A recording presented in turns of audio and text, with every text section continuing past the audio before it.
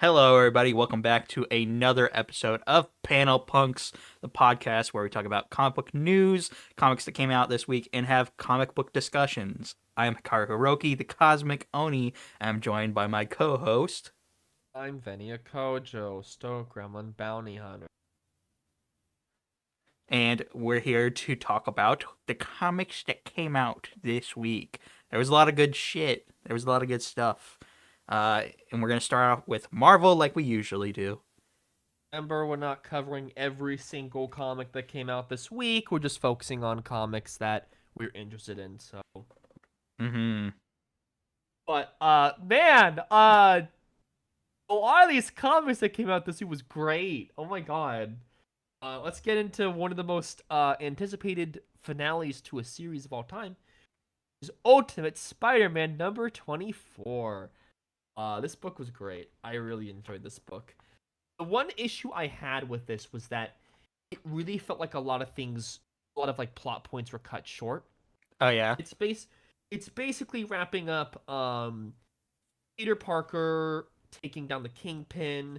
So him, Mr. Negative, and Kingpin are all fighting each other. They take out Mr. Negative pretty early on in the fight. Oh, Uh, really? you also have Felicia Hardy and what's his name? Richard? I think his name is Richard. Peter Parker's son. Yes, it Yeah, is. Richard Parker. Um he has the Venom suit and they're like going underground stopping like some sort of device or something. I guess he like a little bit of an anti-venom sort of design in there too cuz like the venom turns like white or whatever. Oh, cool.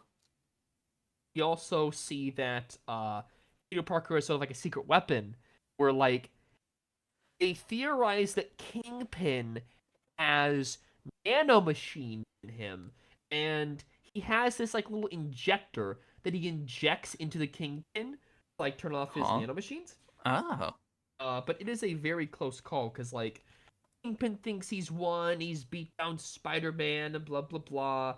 And while they're doing that, um, the paper, which is Uncle Ben and J. Jonah Jameson, are in the middle of like uploading their expose on the Kingpin.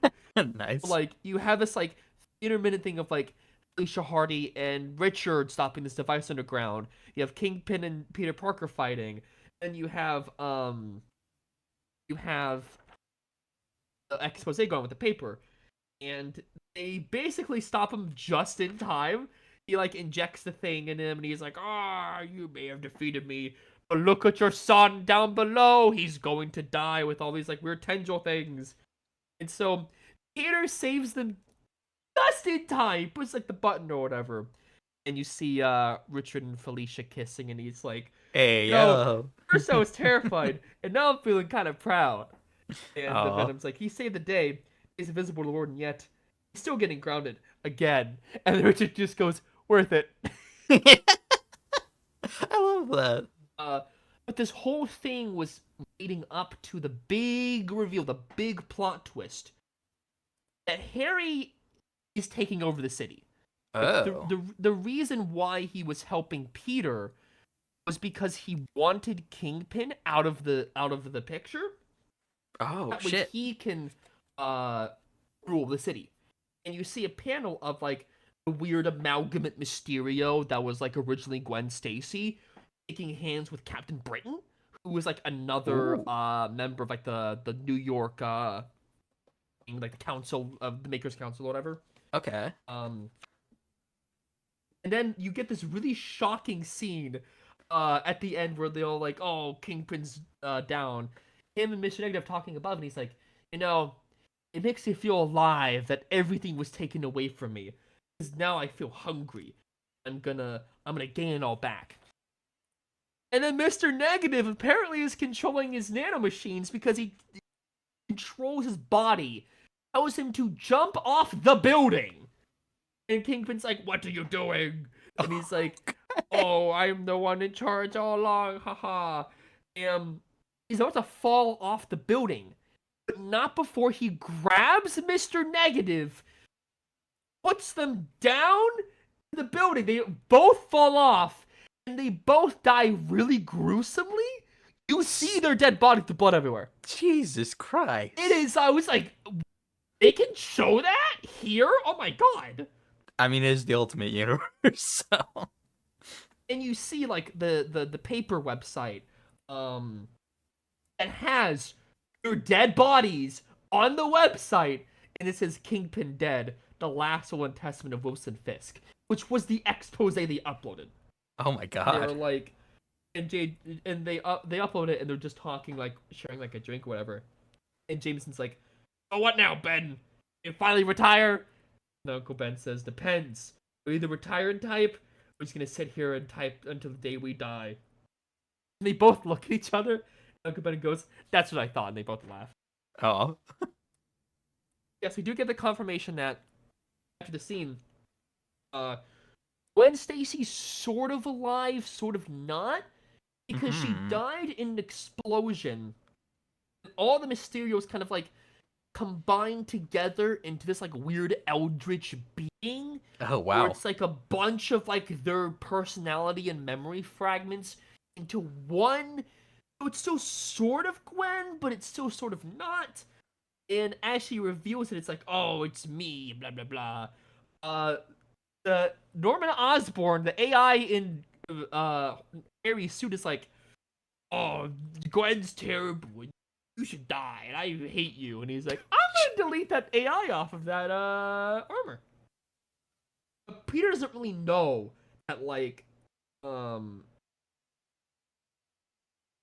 like Harry kind of played him a little bit. Oh, wow. Because he's taking over the city again, you know?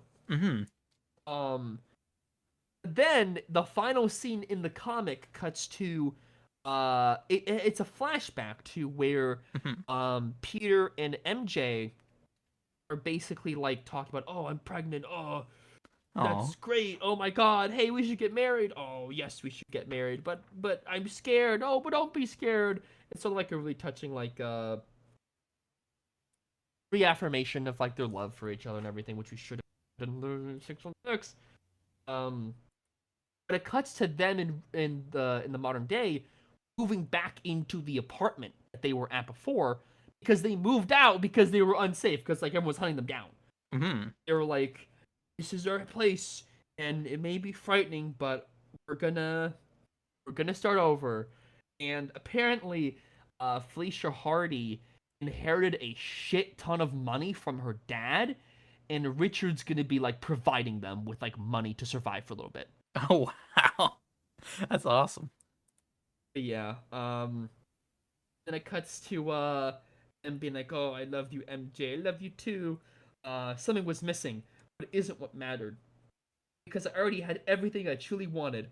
I just didn't know it at the time. Now, and then it cuts to this like one-page spread of like Spider-Man with holding MJ. You see like the daughter sitting on like the roof, and like Richard in his Venom suit, and it just says, "Now I do," and has a little like spider logo in the corner, and I'm like, yeah, Yeah. woo! Let's go. I wish this went on for 4 more years, but whatever. Because there was so much that they could have done with the Ultimate Universe of Spider-Man specifically, because John Hank was setting up so many plot points with the entire run that was just kind of underutilized. I didn't really like that. But this was the best ending they could do under the editorial mandate of the Hour Shine of the Ultimate Universe by. The one thing DC has, DC has a lot of things over Marvel, but the biggest thing they have over Marvel is that they are continuing the Absolute Universe for long fucking time, maybe 5-10 years. But like, the fact that they shut this come on, Ultimate Spider-Man was outselling Amazing Spider-Man every single month. Even though I do like ASM, I do buy ASM. Ultimate Spider-Man was better in both sales and like creativity. So it's such a weird decision why they're shutting it down. Yeah, it seems like there was going to be more that happened. Yes. So I had a feeling we could have gotten 2 more years worth of stories based on the plot points they had alone. yeah. For the ending that we have so far, great, great. 10 out of 10. I love it. It's great. That's awesome. Being a Spider-Man. Yeah, Yes, talking about the Sam. other Let's go to the Spider-Man. other side of the pond. Um, so this is the end of the. Oh, showing the covers, by the way. Yes, I got the covers. Don't worry. Cool. So we're at the end of the dual arc of Spider-Man in space and Norman Osborn as Spider-Man. We just ended the Norman Osborn as Spider-Man arc, and it's the Peter Parker in space. What I love about this issue is that it is not John Romita Jr. drawing it. The artist who is drawing it is, I believe the main one is Nick Bradshaw. Nick Bradshaw. was- That sounds familiar. Yeah, I think he was the one who was drawing some of the Godzilla comic, the Marvel vs. Godzilla stuff. Yeah. Great artist. It really feels like what John Romita Jr. could do, a little bit. It shows him in space and he's saying goodbye to like Rocket Raccoon, big scientist guy that like gonna put him in jail because he kidnapped Spider-Man and like was gonna like kill him or whatever. As they say goodbye to all the people in the area, they bring his gold suit named Glitch, who's a Technarch. Mm-hmm. They have this like big girl alien who is like a sort of kind of romantic interest, and Symbi, who's a little like symbiote. It's sort of like Jeff, but a symbiote, but not Jeff Venom. It's like a little different. Um, he's like he's good to see Aunt May, and he's like, "Oh, I'm back," and he's like, "What the fuck?" Because Aunt May moved. She moved out of her apartment. She's with her boyfriend. I think his name is Ricardo. He moved, and Ricardo's like, "Your nephew Peter Parker's a shitty fucking person." Just keep in mind, it was Ben Reilly who was Peter. Mm-hmm. It was Ben Reilly as Peter and Norman Osborn as Spider-Man. But Ben was like, "I hate this shit. I'm gonna just fuck off with my girlfriend who's she isn't an MJ clone. She's like some sort of like I forget her name, but she's like a long running like Ben Reilly girlfriend who's like a super human or something." So he's like, "Oh shit, my life's falling apart. Oh my god." And he's running outside and he's like, "Oh, I think I know where else to go to find her." And he finds a letter and he's reading it and it's from Ben. Oh And we can see the no. letter in a little bit. It's like, "Hey," basically the point is like, "Hey, I was Peter for a bit. That fucking sucked. So I'm leaving you. Bye." And like it's like, "Okay, I gotta go to Ben really quick." So we see before we do that, we see Dr. Osmani Milton, who was like a Norman Osborn side character, dealing with like her really sick son, and they're like arguing for a little bit. They cut to Ben's house. Ben's blonde, by the way, which is really interesting. And he's laying in his bed with his girlfriend. They're like, "Oh, haha, your mask collection's cool. I know, right?" And then he senses Peter showing up. And Peter just fucking bursts out the window and goes, "What did you do, Ben?" And he's like, "Shit, you didn't read my letter?" And Ben's in his purple suit, while Peter's in his regular red and blue suit. And they're like punching each other.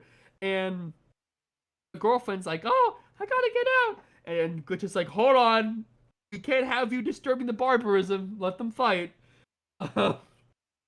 So they're fighting. And we see like the inklings of the letter that Ben sent to Peter, being like, "Hey, uh, being Peter sucks. I hate it. Bye." Um. Then the girlfriend. I need to find out what her name is. I cannot keep referring to her as the girlfriend. Yeah. What was her name? She's like a Spider-Man character. Her name is not Elizabeth Thomas. Maybe it is.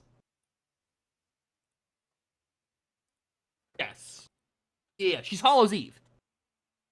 So Hollow's Eve and Ben Reilly are dating basically. and they're fighting, and like Halsey shows up, and she's like, "Hey, it's fine. Ben didn't do anything too terrible." And Ben's like, "Yeah, you should go see Aunt May, because like if your life fell apart because it didn't return a few calls, maybe whatever you built wasn't as strong as you thought it would be." And Cool. Peter's like, "Shit, I gotta go." So they also find out that the girl alien, the romantic interest, is getting really fucking sick because isn't used to like earth germs, and so she's like getting like deathly ill. And so before we do that, we cut to Norman, and he's taking care of himself, like he's kind of injured or whatever. And Hmm. he's like calling uh the doctor girl, and he's, oh uh I'm done being Spider-Man. But let me know what you think. I'm gonna talk to you later. And then we get a panel of him with his little earpiece going, Paul Miles Morales, Oh. setting up Spider-Versity. Why? Why? This better be a goddamn one shot. This better be one and done. Actually, it's replacing every spider book ever. He's Miles like is now he's gonna gonna be in there, train Miles Morales, even though Miles Morales had fucking 4 ongoings and was from a or different whatever. universe.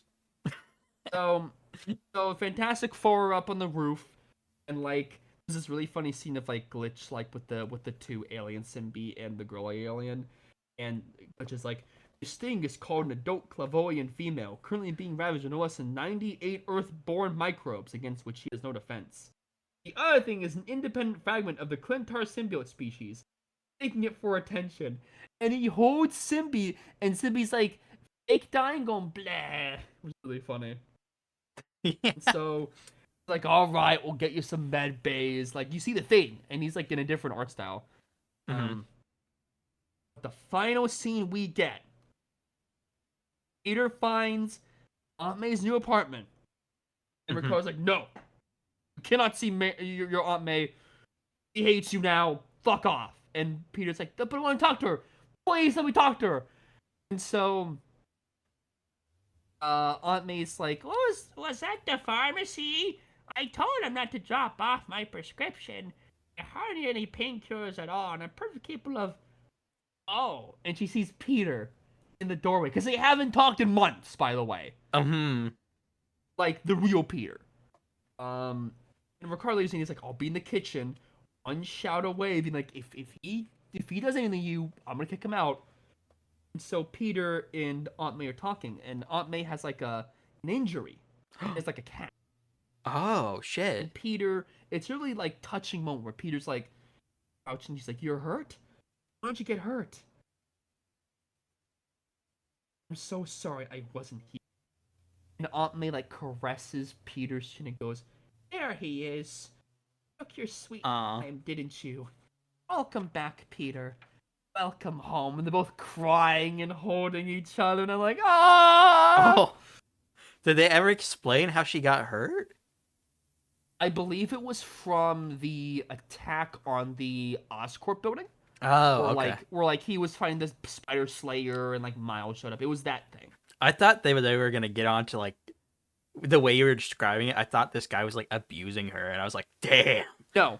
Ricardo seems fine for Aunt May, but he's a little protective. Hmm. Um, Good stuff. I liked it. I think I gave like a 7 or 8. Um, Good stuff. Good stuff. Neat. But speaking of characters that are based in New York, Daredevil. Oh god, your model went crazy for a minute. Now it's back to normal. We're good. All right, we're talking about Daredevil and Punisher, The Devil's Trigger. This book has been very mid, in my opinion. I'm going to say, not much happened in this issue. It shows at the beginning Frank is blowing up like this warehouse, and then we cut to a guy getting broken out of prison by one of the gangsters that Daredevil and Punisher have been fighting throughout this book, and he's talking to like another guy in the car, and he's like, "I need you guys to kill the Punisher." And they're like, "You're paying us to kill the Punisher? We would have done it for free, but I guess we'll get paid to do it." So then it cuts to Matt, and he's at like a diner with some lady talking with her. What are they talking about? Oh, she's like a designer for like rooms and stuff like that. She's talking about how it's hard for her to go into a place because she can make like small adjustments and stuff like that. And then he's like, what do you see when you see me?" And she says, "I see someone who's doing just fine, someone I shouldn't try to fix." And then he says, "Well, that's a relief. I was afraid you'd rearrange my furniture." Which is something you don't want to do to a blonde guy. But then Foggy calls and he's like, "Oh, hey, I got some news. I got something like a lead. There's this judge, and he's connected to all these things that we're looking at." And then he gets another call, and it's from Misty, and she's like, "Okay, I've got the meeting set up between Daredevil and Punisher." And so he goes to leave and do that. So he's swinging around, and there's this club, and it's bopping, and Punisher walks in, and one guy's on the phone. He's like, "Yeah, he's here. He's just here." So then they're telling those two guys from earlier in the car to go and get Punisher. And then Punisher arrives in like the basement area, and Misty's sitting there, and she's like, "No guns, correct?" And he's like, "No guns. I'm only doing this because you asked me to. I owe you a favor or three." She's like, "You owe me more than that, Frank." So then Daredevil arrives, and they're talking, and he's just like, "I know that we don't like see eye to eye. I'm not trying to like change what you're doing, Frank, but like you need to like listen to what I have to say, because one of these guys that you were trying to kill was an undercover FBI agent, and you would have killed an innocent man. Like that kind of would have been a bad thing." And I have a feeling then this is what Punisher normally does with his ongoings. Just like, oh, I'm not gonna kill an innocent person, even though I almost did. yeah, he's very much like adamant in like, "I did nothing wrong. I'm not a bad, like I didn't do anything wrong here." Yeah, And Daredevil's like, "Yes, ego. you did, dude. Like you could have like killed this guy that actually would have put all these people in prison like permanently, even if there was like dirty judges and stuff like that." So then they're still talking things out. And he says, "I have information I'm willing to share. I have resources you have not have, or you may not have, and together we can get this figured out and done right." And then Punisher's like, "All I care about is done. Tell me what you have. You willing to work with me on this?" And before they get to like agreeing on shit, those guys appear and they start fighting them. And Frank stabs a knife in this guy's face, and then he stabs him in the chest. Oh, And then Daredevil stabs one of his billy clubs into another guy's eye, not killing him, but like, oh no, he like hits it into his eye, but a lot of blood comes out. Is what it looks like. So I thought he like stabbed him, but then uh Punisher just straight up kills this dude, and there's this just shot of Daredevil and the other guy like staring, and they're like, "Oh my god, like he just fucking did that." He's like, huh. "Just keep me away from Punisher, okay? Just keep me away from him." So then they interrogate him, and then they're on the rooftop, and all those mafia people are meeting up, and they're meeting up at like this judge's place, and Frank is looking through a set of binoculars. He's like, "This judge, Anthony Medici, that's not his real name. His street name was way back was the architect. But we all knew him as Marco Giovanni Ganucci, the late husband of Ma Ganucci, who was like the person who kind of started all this shit." So The the, judge is a crooked yeah, he father he like person. he changed his identity, I guess. Oh, So that's why all of these mafia people were able to get out. So that's what was real at the end of this issue. I'm going to be honest. I think this comic does not need to be 5 issues. This Even could like 3. it could have been done in like one. I'm gonna be honest. It could have been like A a one special. shot? Yeah, it could have been like a 48-page thing. Because the last few issues have felt like nothing. Like I don't remember much of what happens between like this issue and the one before. Like not much happened in it. So I'm just like, this does not need to be a 5 issue comic. Right. Feels like it's very much being like dragged out. It's fine. Art is serviceable, but it's definitely not my thing. I'll see it to the end, but I think next time I'll be like, I'm not into that when I review it. So it's fine. And we're Cool. talking about Well, speaking of superheroes who are based in America, Captain America #7 was so good. Oh my god. If so, Captain America, this series with my Chip Zdarsky is very important for Armageddon. If you want to read Armageddon, you have to read the series because it's affecting Weapons of Armageddon, the Wolverine series. which we'll It's talk affecting, about. yeah, because there's a character in there that was in the previous arc. I'll talk about this a little bit when I recap this. Mhm. But there was a arc featuring like some guy was trying to be Captain America in like some like Middle Eastern country. No, I think it was Latveria. Who was in Latveria? He is in. He's like the main like mystery protagonist or whatever in Weapons of Armageddon. So we'll talk about that in a sec. This is following on Wonder to Doom, where Doom is dead, and everyone is trying to like liberate Latveria. This takes place right after Dungeons of Doom, where all of Oh, their really? treasures got like raided basically. 'Cause it says like, oh, all of his like treasures got cleared out in the basement or whatever. So this takes place after that, even though it's still ongoing. Weird. Um, you have multiple parties in Latveria right now. If Captain America and his Shield team with like Nick Fury Jr., this Sam Jackson, Fury, Mhm. and like a bunch of other Shield agents. You have America, not Captain America, but like the American team, who's like Red Hulk, General Ross, and like some U.S. soldiers. And you see like them fighting each other, and Hulk's like, "Oh, you need to go back.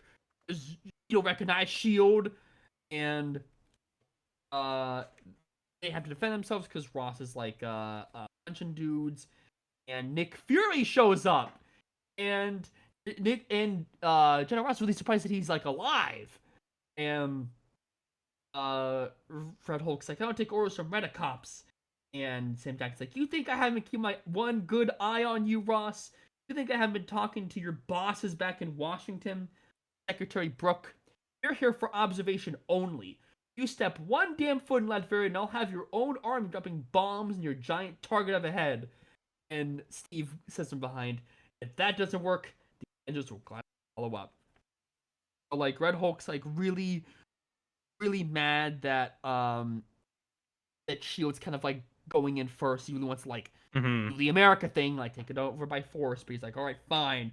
Um, but if you step out of line once, let the ball a second of all the ammunition I need to rain down hell in this backwater country, I won't stand by and let Latveria be a threat to America again." He wants to bomb Latveria. Oh, Like, shit. he is like the fury of like modern like America. Mhm.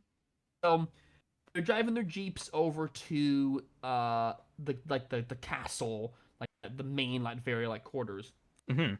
You hear this like woman like doing a peaceful protest. Um, is Alina, who is part of the Homeland Party. There are three different factions trying to take over Latveria. There's the Homeland Party, which is the people pacifists. Technically, like if you want to see like the good guys, you can, but it's all pretty like morally gray. You have the True Latveria, which is it's run by, and we'll see this in a little bit. It's run by a a Latveria soldier that Steve met in the past, who's trying to liberate Latveria, but people think like just another Doom.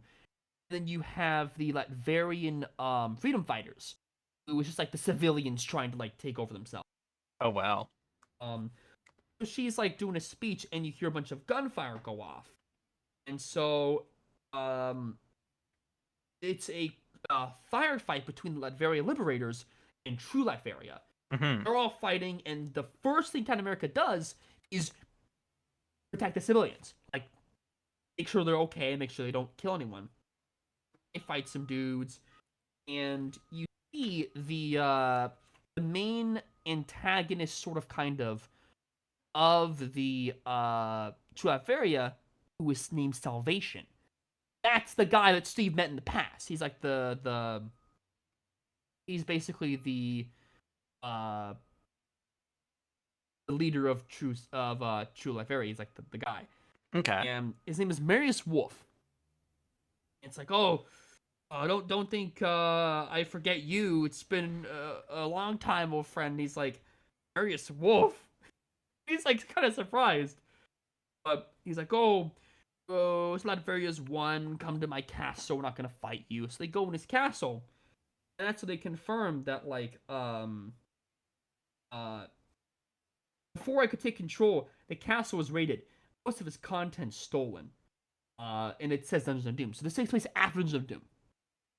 They're like talking, and he's explaining like, oh, we're the good guys, and we're trying to squash the Latvian liberators so we can have democracy in here, and blah blah blah.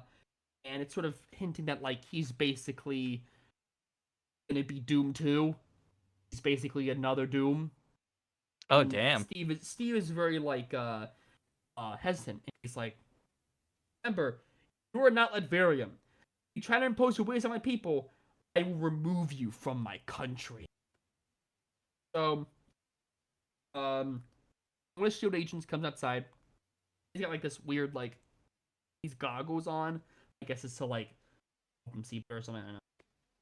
He's like, yeah, this dude just Doom too. And we like, quietly take him out or maybe turn his neck. He's like, no, do not kill anyone. If you lay a hand on Marius, I'll be the first one to testify to trial. And he's like, okay, all right, sure. So he's gonna do some recon, going into the city and like see what he can do. There is apparently these like soldiers who are trying to raid some sort of like bunker or something. Like, okay, I'll be on my way. But he's like helping people move stuff. He's like helping civilians. There's this like family, this mother and a child. Who's like, oh, hello. And he's like, hello, apologies for my Latvian. These are pretty. Hi, thank you, but I speak English. We're closing soon. If there's anything you'd like, I can give you a deal. So they talk, and eventually they invite him over for dinner. And it's like learning about like what civilians think of like the different. And the mother is sort of like hesitant about like who she can choose because it seems like everyone's sort of like really violent. And there's like, oh, there's this group of people, but like, oh, the Salvation's no savior. My sister's boyfriend Dora went missing 2 weeks ago, and I know it was him who did it. Why? Because Dora spoke against him. He thought after Doom's fall, he could have a voice again. There's no voice in that very except for the. So he's like learning about all this. But the kid like goes out and he's like, oh, there's someone in the backyard, and he's like, oh shit. So he like rushes out to find out. There's this like bald guy who's sneaking through, and he like quietly he's like, hey, be quiet or whatever. And he like choke slams on the ground. There's like this hooded girl that's like, calm down, Captain. Be come in peace. I'm following you here. If it was any less dangerous, we would have approached you by daylight. It's like, I saw you earlier giving a speech. I had the Homeland Party, Alina. And she says, it is, or as I am known to very few, Alina Von Doom. Oh? It's his daughter? Doctor Doom has a kid? Oh, shit. Yeah, and she's part of the peaceful protest party, apparently. Okay. So, yeah, it ends there. Interesting stuff. Interesting. Like, holy shit. Mm-hmm. Doom is a kid, or like a sister or something. But she said Von Doom, Mm-hmm. so I'm assuming it's his like either his sister or more likely his daughter. Yeah. So that'll be really interesting to see where that goes. Because the whole arc is like him taking on Salvation, and like Salvation's the big bad of this arc. Mm-hmm. So Alina may be like a supporting character throughout. But really good stuff. Really like the sort of like internal politics you got going on between the three factions, and it's Mm-hmm. really cool seeing like Latveria like trying to rebuild itself and build identity outside of Doctor Doom. It's really cool. And give it like an 8. All solid Okay. stuff. Well, speaking of places falling apart, K'un-Lun is apparently falling apart due to a character called Lin Feng in Deadly Hands of K'un-Lun. This book, I kind of just picked it because I was like, oh, haha, I play Iron Fist in Marvel Rivals, but I'm honestly actually really interested in what's going on here. So we pick up like right at the start. Lin Feng has like apparently a bunch of different underlings. There's this guy called Davos, and he's the Steel Serpent, and he's like an evil purple version of Iron Fist. And they're going around and they're just killing off all these other immortal weapons in the kingdom of Kunlun. And Lin Feng, by the way, is the brother of the current Iron Fist. So it's kind of a big thing that he's taken So what's over. his name? Danny Rand or whatever is not the Iron Fist right now. Yeah, Danny Rand is actually a different character because there was a short series called The Undead Iron Fist, Yeah, I and do remember he's that. now become a character called Ghost Fist. It's silly, but I'm like, okay, it does make sense. Because So they want Iron Fist to be like an actual Asian guy. yeah, yeah. Which it's fine. I mean, they've had that happen before in the history of Iron Fist, but I think he's Chinese. I want to say. I think he is. Uh, but there's like other Asian characters in this that are like Korean and stuff too. But anyways, we're following Lin Feng. He's destroying like all these cities. He's got his underlings that we're getting introduced to throughout like the little montage. There's this one immortal weapon, and sorry, I'm about ready to sneeze. Uh, sorry. Bless you. Thank you. But at first we're like, oh, are you not going to defend your fellowship? And she's like, uh, no, because I'm actually on your side. And she has like this little pendant that has like evil horns on it that represents him. So then we cut to like after the montage, and they're just sitting around. And apparently Loki is involved in all this. He's working with Lin Feng to help, uh, like get all these kingdoms. And he has what is it? He has like these orbs that he's looking for. He's got two of them, and he needs the last one. The orb of Chio is what it is. So they're looking for that. And then they kill this other immortal weapon named Fat Cobra, and there's another one called Brother Dog number 1, and he's killed. So just like all of these other immortal weapons have just been killed off. And then we get a recap of what happened. And last time it says Danny Rand is gone, reborn as Ghost Fist under the god of death Osiris. In his place stands Lin Li, former swordmaster, now the Iron Fist, but his new power comes at a cost. Shards of his shattered sword of Zifu burn inside his hands, granting strength and agony alike. As Lin Li battles to master his chi, his brother Lin Feng has taken over the mystical city of Kunlun, and now, with the help of Loki, seeks to resurrect the ancient god of war, Chio. A path of destruction that will lay waste to the seven heavenly cities begins. And there's this cool, like, poster of Iron Fist, and in front of him, there's like a bunch of other different characters. We have Elektra Daredevil, we have White Fox, we have Ghost Fist, we have White Tiger. There's some guy in bandages, and then this other character that I don't know their name, but they used to be a previous Iron Fist. So, anyways, we cut to an aquarium, and Iron Fist and White Fox are fighting a giant octopus that has escaped, and he's getting like orders on his cons from Pei, who was the former Iron Fist that I was talking about, and she's younger, so she's like a little kid compared to him, and he's having an argument with her while fighting this thing and trying to figure out how to beat the shit out of it, and White Fox turns into like an actual White Fox. I've never seen White Fox in anything, so this is like my first exposure to her, and she's pretty cool. But then Iron Fist is talking about how he trained, and like he does this one move where he apparently learned how to like shoot energy behind him, so he like jump farther, and then White Fox is like, that wasn't even necessary, but it was kind of cute. So they kind of have like something going on between each other. And then it cuts to them back home, and he has an uncle named Fu, who is like an inventor, and he was kind of like given the shit like, you weren't supposed to like you be using my portal to go to this aquarium and have a date with White Fox. And he's like, it wasn't a date, I was saving people.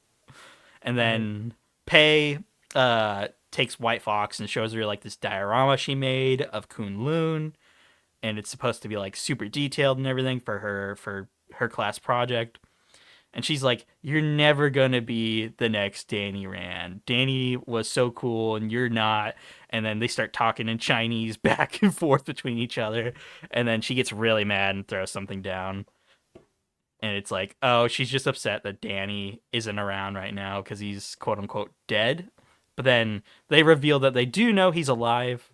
He's just like somewhere else that they don't know. And then we do cut to Danny.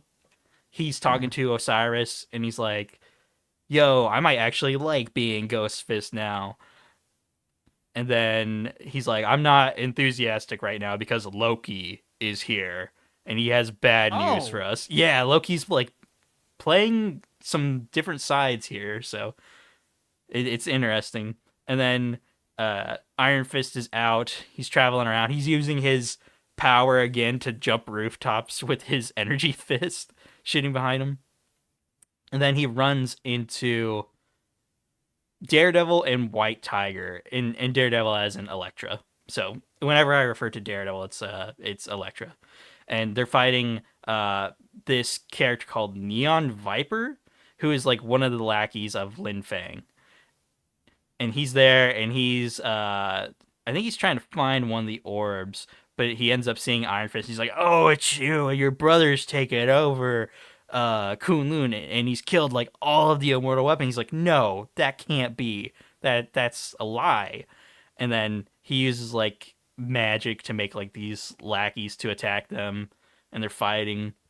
And then he uses a move to hit the ground that sends a bunch of energy out. Iron Fist does, and then it like knocks out the lackeys and then sends Viper back. And then he's like, "Damn it, that wasn't enough time. I could have killed him." And he's like, "No, we have other plans." So then Iron Fist is getting mad. He's like, "Son of a bitch, my brother's like ruining everything." And then also I think he's just mad because he's getting hurt by the shards inside of his hands after using them. And then a portal opens up in the sky, and like a bunch of evil looking Iron Fists come out. They're like all in red. And then Davos is there, like leading this squadron to invade New York with like this giant tower that was in Kunlun, like descending from the sky. So it looks like they're coming to invade New York.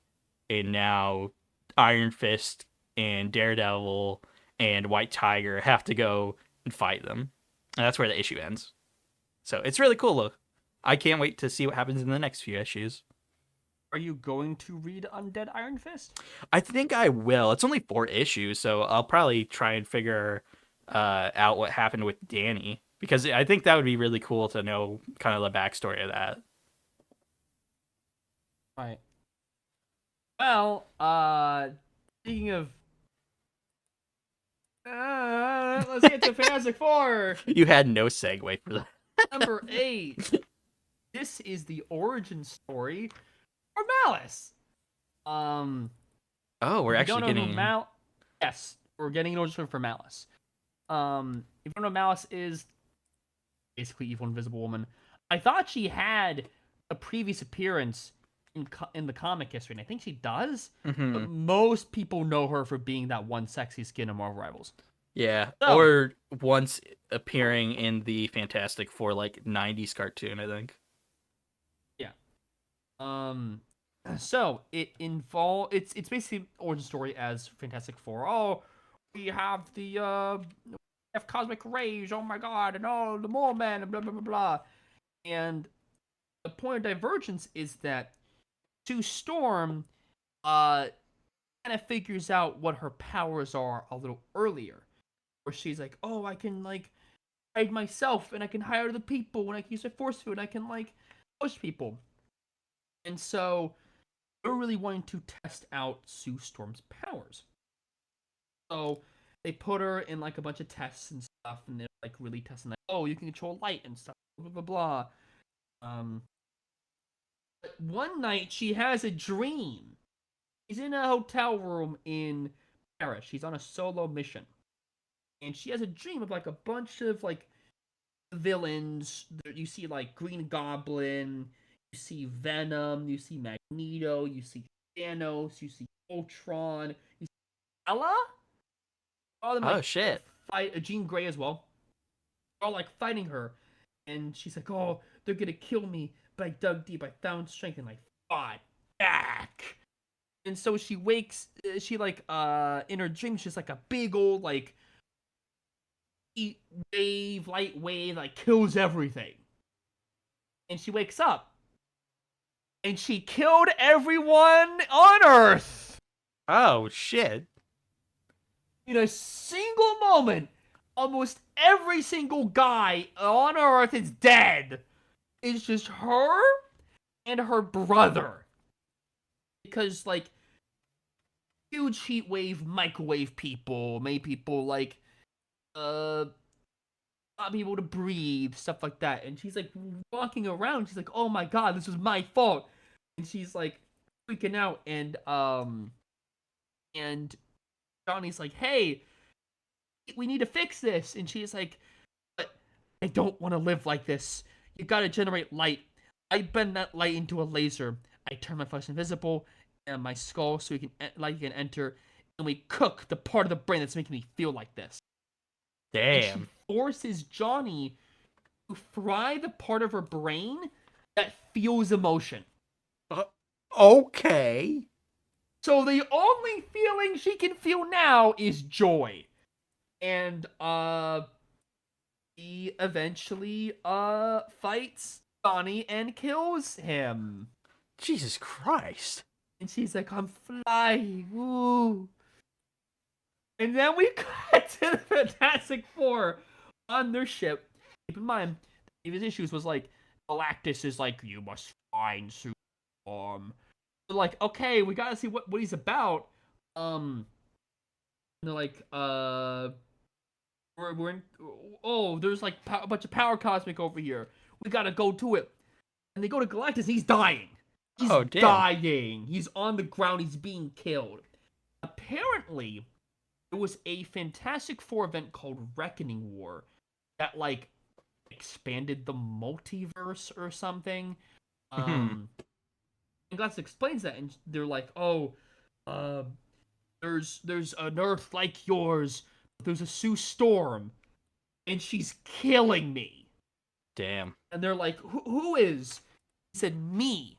And from behind, you see Malice. And she says, you can call me the invincible woman. Not invisible woman, invincible woman. I've been killing Galactus. And this is where your story ends. And everyone's like, what the fuck? Shit. She sounds really tough.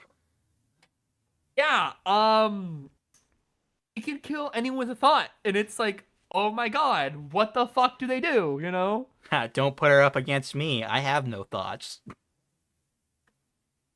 Yeah, it was really good. I gave it like a 7. I can't wait to see what they do with Invincible Woman a little more. Yeah, sounds like she's Something gonna be kind of big. It's only gonna be a few more issues, and then it's like a new arc. Okay. Yeah. cool Speaking of stuff. multiversal shenanigans. Oh yeah, freaking Dimensional Rivals. I actually really like this book. It's not really like there's not a lot of heavy text in this, and I kind of like that. It just kind of like the art is holding this book up, and I like that. So we open up with She's falling into water again. Once again, falling into water. And the artist doing this part is called Natasha Bustos. And oh my god, it's beautiful. It's like painterly like art style. And it's like very cosmic. She falls through water, but ends up on like this beach with like alien seagulls like flying around. She's like, "What is this place?" Starts climbing around. It's very alien like, but it's so beautiful. And she meets Silver Surfer, and he's just sitting there, and he's like, I'm assuming you're looking for like a stone." And she's like, "Yeah." And he's like, "Well, unfortunately, I only have this," and it's like crushed green rock. So it's like, oh, it's not this thing either. And then he gives it to her, and she just dives back into the sky, and it's like such a beautiful shot. And then it switches back to like Peach Momoko style, which I was like, oh, neat. Like, I like how it transitioned from that. But she lands, the rock lands on her head, and she's like, well, it's not this, I guess, so I'll just keep this. And her dog Logan like arrives, which I like that. I like how there's alternate names for everybody here. The dog just being named Logan to represent Wolverine. And then Galactico is like, "Did you find it? Did you find it?" And she's like, "No, I didn't find it, but please keep sending me to places. This is actually really cool." And she's like, "You don't think this is weird or anything that you're jumping dimensions and changing outfits?" And she's like, "No, I'm an adventurer. I'm a Ronin. I'm born to travel." So then she steals a fruit from Beast because she's like, "I'm hungry. I need something to eat." So then they open up another portal for her. She jumps through, and then she's flying around, and then the art style changes again to who's doing the art in this part? Assad Rebeck. Hopefully I said that right. These are foreign names, so they're a little harder to pronounce. But she arrives and she's at like an academy. She's wearing kind of like the same thing that she's wearing, but she's wearing like a jacket over it, like a fancy school jacket. So then she's there, and then like somebody comes in, and she's like, "Oh, you're here, Mrs. Takahashi. You're our exchange student. We know that the scheduling's like weird, so I'm here to like help you find where you're supposed to go." She looks in one room, and it's filled with like villains doing like science work. So there's like Green Goblin, there's the leader, and like a female Dr. Octopus, but they're all like kids. And she's like, "What the heck? This is weird." And they introduce her to her like class, and there's already chaos going on. Uh, there's like a kid Magneto, and he's like flying up in the air, making like chairs fly around. Emma Frost is there. Hela is there. You have a kid Dormammu, a kid Scarlet Witch, and I think another person who is supposed to be uh the newest Ghost Rider, the one who's in like the car. I can't remember his name, but he's there. And then their teacher arrives, and it's Loki. And she's like, "What the heck?" His name wasn't Jaime, is it? No, it's not Jaime. I don't think it is. But anyways, Loki arrives and he's like, "Okay, everybody settle down. We're gonna do some warm-ups for this class. We're all gonna fight inside the mindscape. And you, you and I are gonna fight." And she's like, "Oh, so you know like my real name. So you must be up to something." And he's like, "Okay, no weapons though," because she's about ready to pull out her sword on him. And then they go to the mindscape, and they're fighting, and it's so cool. Like there's a dragon, and she turns into like just pink energy, and then he turns into like this giant like lion with wings and horns, and they're fighting. And then she turns into a bird and flies off. He turns into a snake, and she touches this gem on his head, and she's like, "Oh, is that the stone?" And wakes back up. And then uh everybody's like waking up from the exercise, and Loki is exiting the room. She's like, Loki, come back. And when she goes to find him, like she turns a corner and she's just in the negative zone, and that's how the book ends. She's just arrived in the negative zone. It's like, okay, there's some fuckery going on here. Right. So it's really cool. It's really interesting. And then we get previews of issue 4 before issue 3 of some art, which looks really Huh. cool. But yeah, I I'm remember they I'm did liking that this with book. Resurrection Man. Yeah, they did. Ongoing, where they did like, here's a preview of the black and white art. Yeah. This book's really interesting. Like I said, it's not like you have to know a lot or anything. It's kind of easy to understand, and it's just like interesting concepts being thrown at you, like, oh, she's here and now she's here, and it's just this new artist taking over and doing some cool stuff. So I can't wait to see what they do next. Well, speaking of comics involving X-Men characters, Wolverine, Weapons of Armageddon. God, So this book was this so is good. a mini series that is one of the series leading up to the big Marvel event, which is Armageddon Flash Reborn Ultimate Impact. Um, so we see this is a flashback to like younger Wolverine. He's in like a bar. He's like drinking by himself. A woman shows up. They're like, "Oh, looks like you had a night," and he's like, "Yeah, high tolerance for pain." Fuck him, and she offers him a drink, and he's like, "Nah, I'm good. I can take care of myself." And he asks for a drink, Hmm. and the bartender's like, "You drank all of our drinks," and he's like, "Okay, fine." And he's like, I'll pay up," and he's like, "Oh, it's $2.60, less generous to make up for you knocking out Big Roy." And then he's like, "Oh, I'll give you 240," and he's like, "Oh, I can take care of the rest." He's like, "Oh." Okay. Her name is Terry. She was a former mutant hunter. Hmm. So he's like cleaning up his face a little bit. And he's like, "Oh, the glass shards from Big Roy." Yeah. And so he leaves. He's like, "Oh, I'm not interested in what you're doing." He leaves.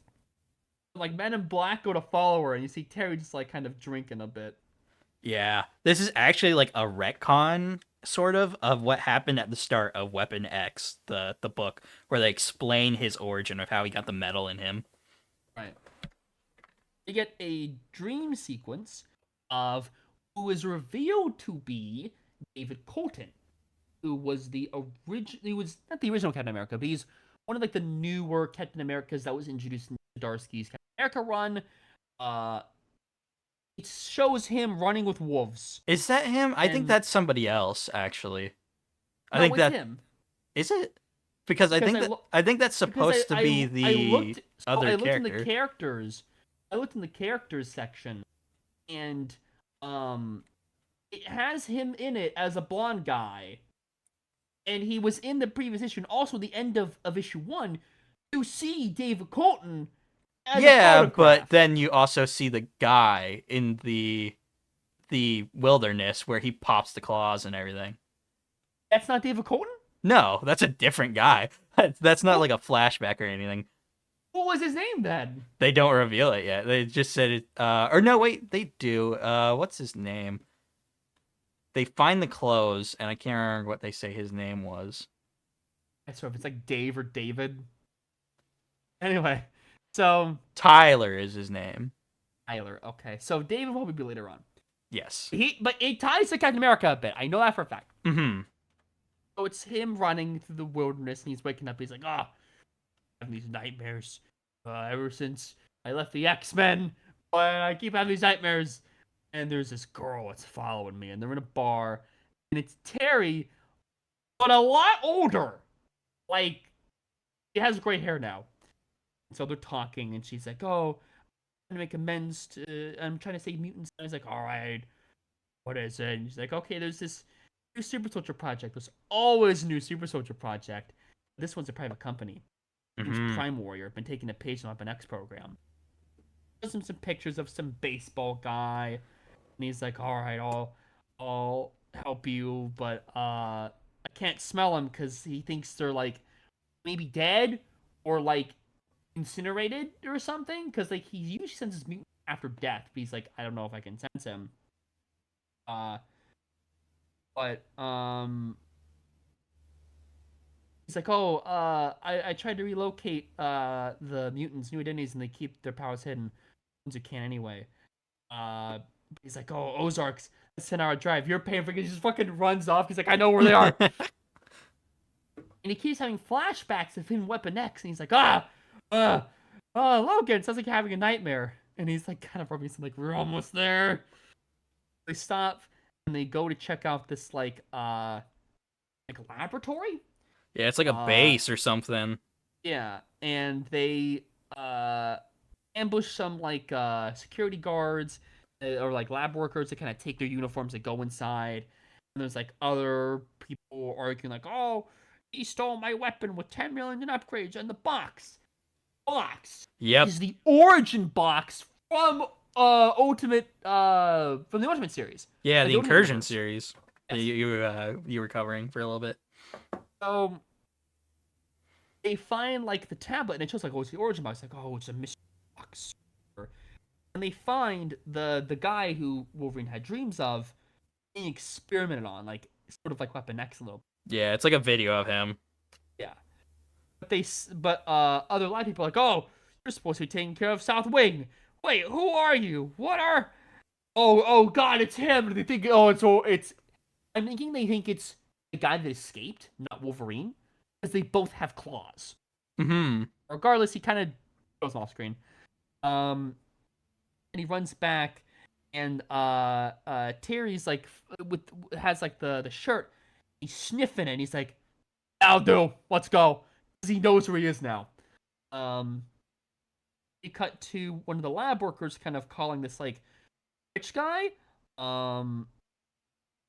And I guess because he knows too much and they escape, they kind of there's a Men in Black guy's like, oh, I found the other lab guy.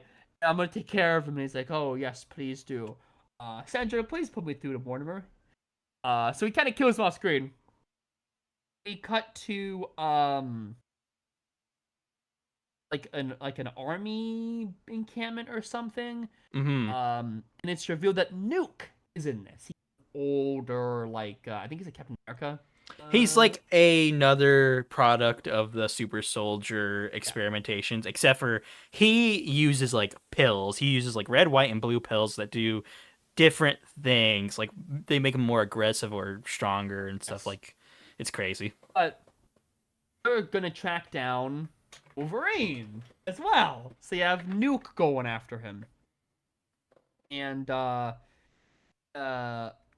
Logan has like a flashback of him in Weapon X. He has like a fucking helmet on him and a bunch of wires going through him, and he's like kind of stressed. He's kind of having PTSD of that as they're following the Weapon X guy, and they get ambushed by some snipers.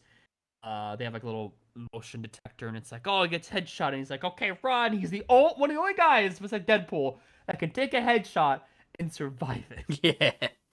So he like rips off his clothes. He has his Wolverine costume on. He fucking runs in and slashes stuff. I gotta say, he looks And- awesome in that shot where it's just him in the full suit. Okay. So David Colton is in this, but he's he has the cabin. Yes. you confused that part. It shows the star, so that's David Colton from the Captain America series. Mm-hmm. Because it also shows a cabin with like the Cap shield. Mhm. But it's like Dave's Cap shield. Yeah. It's like, oh, another damn Captain America. Well, the kid's gone. Free. God help anyone who tries to make it otherwise. And it shows like the other guy, the blonde guy, is running with some wolves, and he pulls out his claws. Yeah, but I don't think it's just his claws, because you see, like, all over him, there's liquid. I think he can fully control the adamantium that's inside of him, and it's gonna, like, envelop him. Because you see, like, these, not tendrils, but, like, loops around his arms and stuff, and his legs have, like, some certain kind of texture to them. So Right. I'm thinking he can use like adamantium in a different way, which would be really cool to see. That's cool. I'm Good interested stuff. to see what they're gonna do with this and how it's going to connect with like this David Colton character that Zdarsky introduced. Yes, you should read Captain America. It's a really good series. I will try It's to only catch a up with it. couple of it's only a couple issues in, but it's really worth it, and it's gonna be very important for Armageddon. Hell yeah. But it's good. I gave it a 7. Speaking of Wolverine, let's talk about the daughter of Wolverine. We're talking about Generation X-23. It's funny because they don't refer to her as, well, I think they do actually refer to her as X-23, but she's Wolverine in this book. I don't know why she has her mask off in the front, but this book is really good. I liked it. So it kind of starts off with like recapping that Laura Kenny and her clone sister Gabby, which they renamed Scout. I hate that her name is Scout. It was Honey Badger originally. Honey Badger's a better name than Scout. Like Honey Badger. Yeah, she was really cool. She's really fun. I think Maybe they you. wanted to distance themselves from the Honey Badger don't care meme.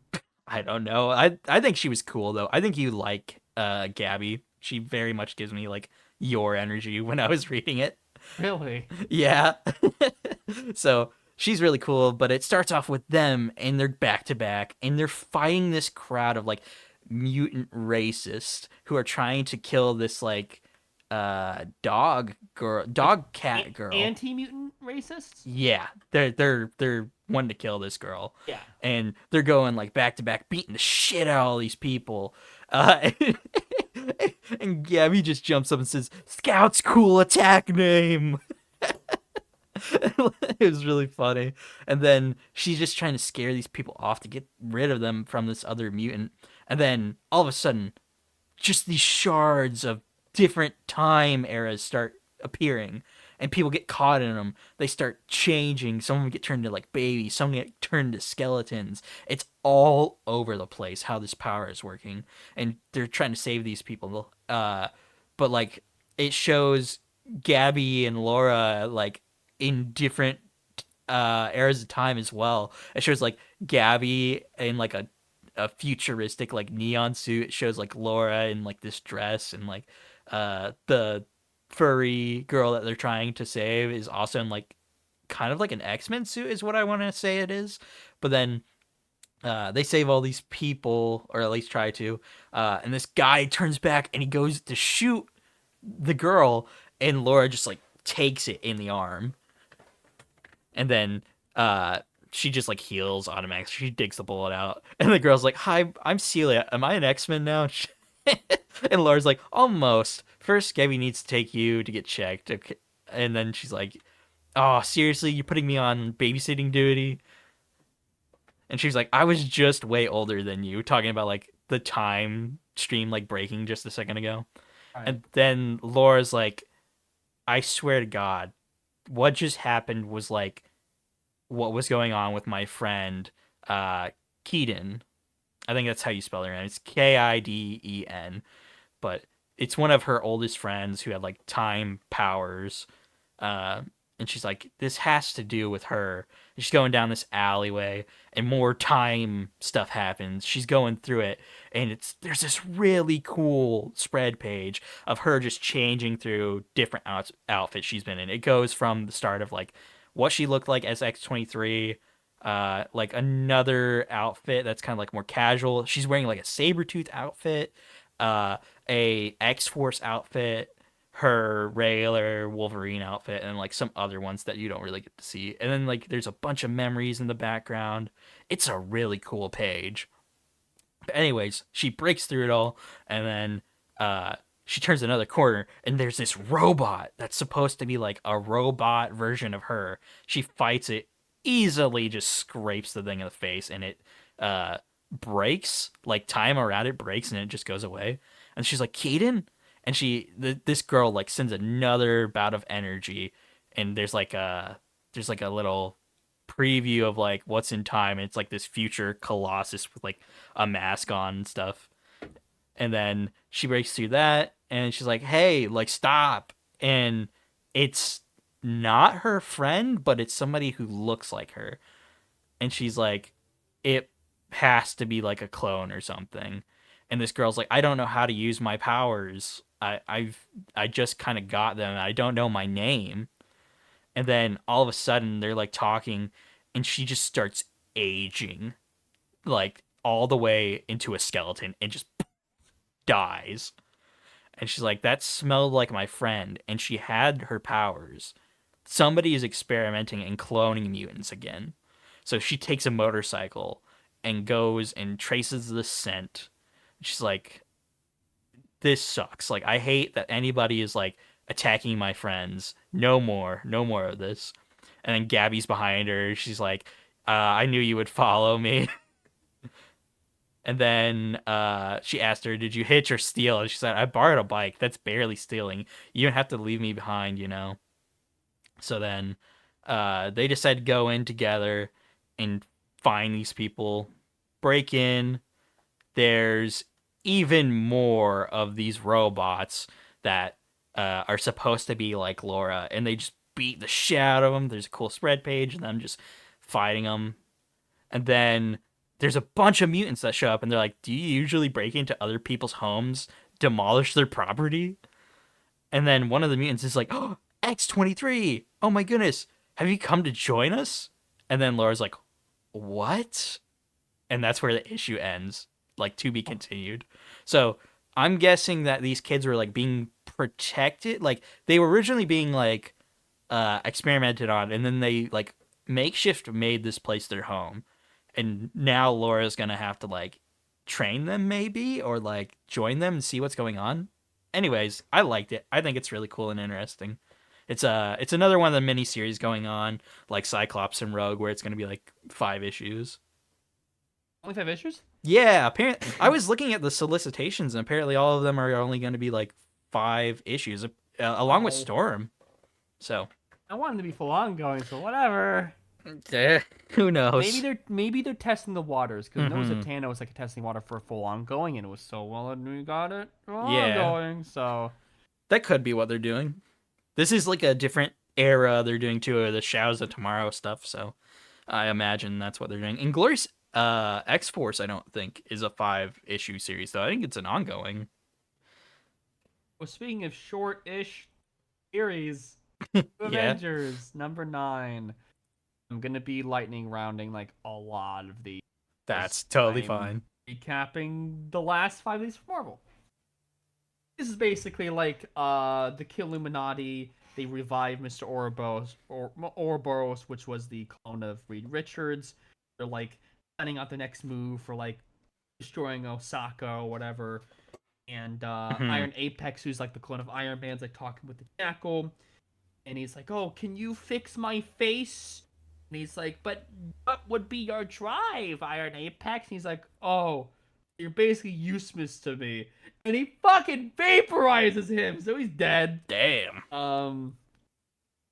We cut to all the new Avengers, and they're talking, and Black Widow is about to reveal herself to be like, "Hey, so I'm a sleeper agent for the other side. It's the other woman." And Tony Stark is like, "Hey, I need to call you. I'm overriding your. You can't handle me. I need to call you about something." Oh, Osaka, the Illuminati shows up, dressed up as like the other Stark people. Like he's Tony Stark. They have like Doctor Strange in a suit or whatever, and they're like he's trying to be like the real Tony Stark. The other Illuminati members like waiting some sort of like bomb or some sort of thing. And what's really funny is that like when they finish up in the place, Tony Stark, Iron Apex, preventing Tony Stark was like, that's why. Oh, never mind. Time to go. Actually, a final note: you're all a bunch of losers, and you should go screw yourself. Stark out. the heck? And he just fucks off because he's pretending to be Tony Stark, talking to a bunch of like Stark Industry people in a Stark building in Osaka. So he's like saying "fuck you" to a bunch of his workers, basically. Mm-hmm. So they get out of there, and the weapon goes off. And this weapon, it's this like flesh vortex that turns all the people and all the buildings into like one weird fleshy vortex. Ugh. And so the two Avengers come in, and Eddie Brock. The only reason I'm reading this is because Eddie Brock Carnage. If it wasn't here, I wouldn't be reading it. Yeah. Eddie Brock Carnage is like, "We gotta kill people, Eddie." And he's like, "No, I'm not doing that." And they're scouting the place out. They're fighting your beast clones.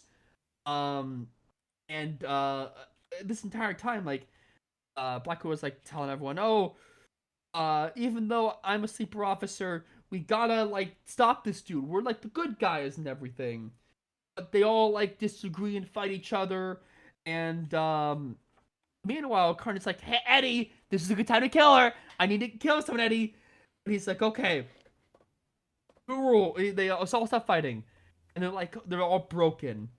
And Mm-hmm. Eddie's like, "Two rules. One, strike first. Two, always have each other's back." Excuse me? Oh, stop! Butcher them! Eat them raw, Eddie! No, Oh my god. that's not who I'm here for.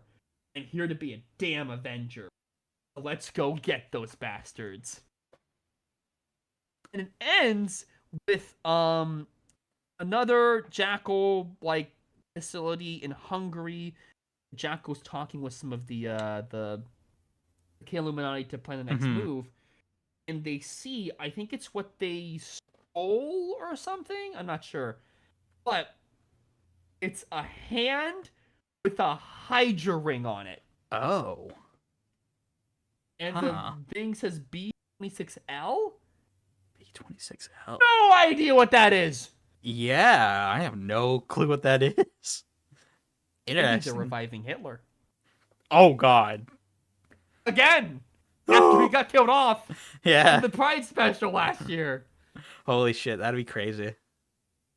I mean, they did talk about how he'll always come back when there's hatred around. So.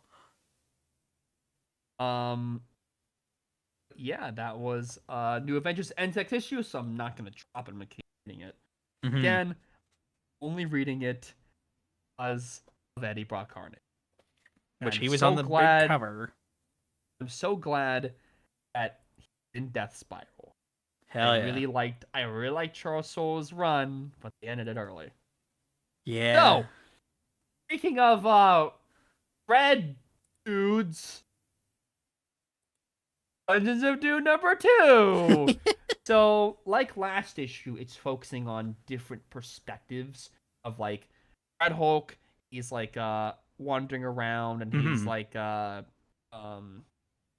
seeing people just dying. Last issue, we saw this like body that like is, they say it's like Charles Xavier's son or whatever, and it has like a weird device in its chest, and they try like It's Legion? I think so. They try to see what it is, but like the body is like shriveling up, and it's saying some weird words, and Mhm. like it rips apart and like infects some like dude, one of the soldier guys who Ross is commanding. So they run off and like, "Oh, we gotta get the fuck out of here!" And like the guy who got like possessed or whatever is like really feeling funny. He's like sweating a lot. Mhm. They find this like Hydra ship that's crashed, like helping them out because like they're dying, and the possessed spirit makes the guy who was possessed go up to a Hydra dude and just like squish his face, like thumb in his Oh. eye and his mouth. He's like ripping him apart, Jesus and then he Christ. floats up and he rips apart too. Like you see intestines everywhere. And like, oh my god, what the fuck? Yeah. Jeez. Then we cut to they call it the Wakandan, but it's like I wouldn't say White Panther. It's a white Black Panther suit. Mhm. He has like high tech gear, and he's going down. And he finds a secret temple, and he blows up the door like a little tiny chip goes, makes a huge explosion. He opens up a door, and his the dude that was commanding was this giant bat, think like Man Bat or Barbados, Okay. and he's in this like really ancient like sort of like Mayan-esque room with a bunch of like masks, and he's going up to this pedestal. He takes this elite It's shaped like a skull, and he eats it. And it's implied that he's trying to like find some spirit or something. Hmm. Uh, and if he eats this, it opens the door to the astral plane. And the final panel of that says, "You've opened the door." Chapter 3 follows the non-dying Hydra members, because Hydra members in there. Hmm. One of the guys finds like this um like Asgardian like weapons, like a hammer or something, and he's going full Gollum, and he's like, "No, it's mine. You can't have it." And he's like breaking down a door, and he's like, "Yeah, Savemsky, Kemsky is its name. The name spoke to me." And so like he's threatening the other dudes. He's being full Gollum, by the way. And he gets shot in the face, and he's like falling down, and he's dying. And one person like picking up his trying to pick up the hammer, but he can't. And but the other guy does. He takes a rock and kills him. He smashes his head him, and then he can pick up them. He's like, "I can hear the voices now." Um, I lost my page. That's kind of there's a lot of gore in this issue, which is really interesting. Um, and then we cut to the Varian Freedom Fighters. They're in some sort of like pool. They're going down in like this labyrinth area. One of the guys sees like this spirit, um, and he thinks it's like his daughter or his wife, some like loved one. Um, Hmm. they go down this huge pipe, and just when they're about to like lose oxygen and die, they get out of this like water pipe, and they're like coughing up, like, "Ah, we're okay." Um, so they exit out, and the spirit's like following one of the guys, and he sees like one of the guys like laying down. He's like, and in fact, it was the green thing, and he's like, "Oh, you gotta kill him. He's infected," and he kills him. As the spirit told him to. Damn. The other two find this like Conchu statue. It's white, like a bird head that's like floating. It's holding like this like orb with like a spine on it, and like a staff that has like the Quake logo. It's like a tip, like little horns. Um, they're going up, and one of the guys, it's like one of the people like gets one of like the artifacts, and it makes a guy remember his like past. He had like a gay lover or something Aw. that he's trying to keep down, and the spirit guy is like, "Oh, where's Boris?" And the spirit guy's like, "Oh, he's resting." And killed him, didn't you? So one guy is infected by the spirit, another guy is infected by the artifact, and they're like gonna kill each other. They're like, "Oh, you killed him. Oh, it's the only way." Blah blah blah. And the person who has the artifact's like, "Hold on, all of you, shut the fuck up. I think this place is turning against us." And you see the guy that got infected that was killed is alive with a bunch of eyeballs growing on his face and tendrils coming Oh. out. Damn. So that was Dungeons of Doom number 2. It's That very gory. Yeah, it sounds like there's a lot going on. Like I could see on the cover too, there's like multiple people involved in this. So is this like a bigger Yes. book too? It's only like 3 issues, I think. Ah, okay. That kind of makes sense for like what they're covering then. But it sounds interesting. What's I going think like a on? 7 or something. Speaking of weird shit. Oh, number 2. This is following Null escaping his prison from Hela, who wants to be the Queen of Black so badly. And she's Mhm. like, "Oh, he's gonna have to deal with Thanos." So it shows Thanos in like this prison planet called Planet Feral, the Sanctuary V. He made a bunch of like homunculi with like multiple arms, and they have like little teeth and no eyes, and they're fighting each other. It's basically his children. And Oh he's like, wow. "Oh, my children, we have to fight people." Like, "Oh, we're here to serve." And he's like, "Okay, let's go fuck up Null." So Null is in his like little spacecraft, like his escape Mhm. pod, and it shows more of his past. So if you don't know Null's backstory, He is a byproduct of the universe being created. He was the darkness.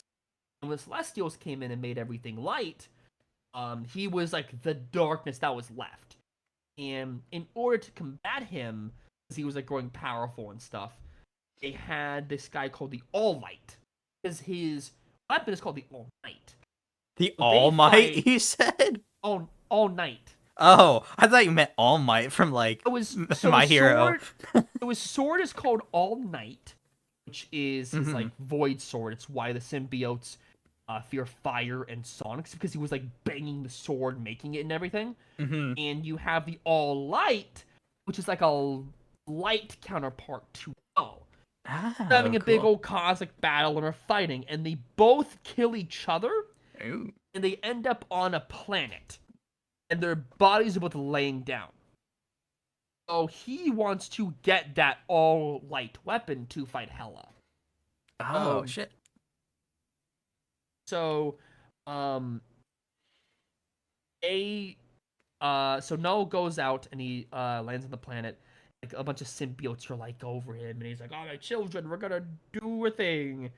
Um, then we cut to Hela, who's talking with one of her like ears or whatever, some like big buff mustache dude. They're talking about like, "Oh, I'm gonna be more powerful as Null because he's going to the light, and I'm gonna take his power." You see Null being hunted by those Thanos dudes, those creatures like, "Oh, we serve, we're gonna kill you, and he Mm-hmm. fucking punches them or whatever, and he's like, "I'm Null, you can't kill me." So he runs up and he tries to find like the sword or the all light sword. Mm-hmm. He's like, some guy's like, "There you are, creature. Come for your trophy, you have you. Now, too late, I'm afraid.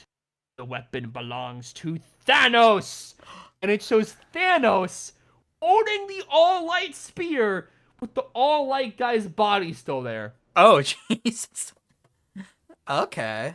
So he's gonna fight Thanos. That'll be cool. I feel like this is Yeah. going to lead up to his new look that we saw announced. A white look, yes, which I do Yeah. like. It's kind of a cool alternative look to him, yeah. Oh, Black Panther 6th anniversary. Speaking of things in black, like that. We're doing Black Panther 6th anniversary. This is a anthology book that's basically a bunch of different writers coming together to make a bunch of different stories that kind of together. It is following a what the hell is his name? Kevin Casper Cole is Huh? the turn for the Black Panther, T'Challa, while he's exiled. He's trying to find T'Challa. That way he can go to some funeral of like some royal guy. Ah, okay. So he goes to this like he has like a white Black Panther armor. He kind of looks like I would say Lucius Fox, but his son. Oh, Like Luke? yeah, Luke. He looks like Luke's Batman armor, like the white suit with like the little mouthpiece. He does Okay. that a lot. He is like he finds some like royal Wakandan people all the time, but oh, T'Challa would never miss his this guy's funeral, so like he's probably like in trouble. You gotta go find him. So his mission is to go around to different places and find different people and get like their accounts of who T'Challa was. He goes to Haiti, like either an African country or something unrelated. While he's leaving the place, you see a bunch of like Wakandans being like, "Oh, we want our Black Panther, not some foreigner," because Evan's like the deterrent for Mhm. T'Challa. They don't want him around, and he's in this restaurant, and there's like some guy or someone like, "Oh, T'Challa is gone. Oh, he betrayed us. No, he's doing good, and he's in space. And oh, I wish I'd go in space to like a paradise." So he exits, and he goes to Katesh, some undersea base of this guy named Blue Marvel. Oh yeah, He Blue gets Marvel. Nice. he gets captured in this bubble by Blue Marvel, and he's like, "Oh, are you lying to me?" And he's like talking, and he's like, "Okay, I guess you're not." So he lets him go, gives him a coffee, and we get to the first like flashback story, which Cody Ziegler wrote.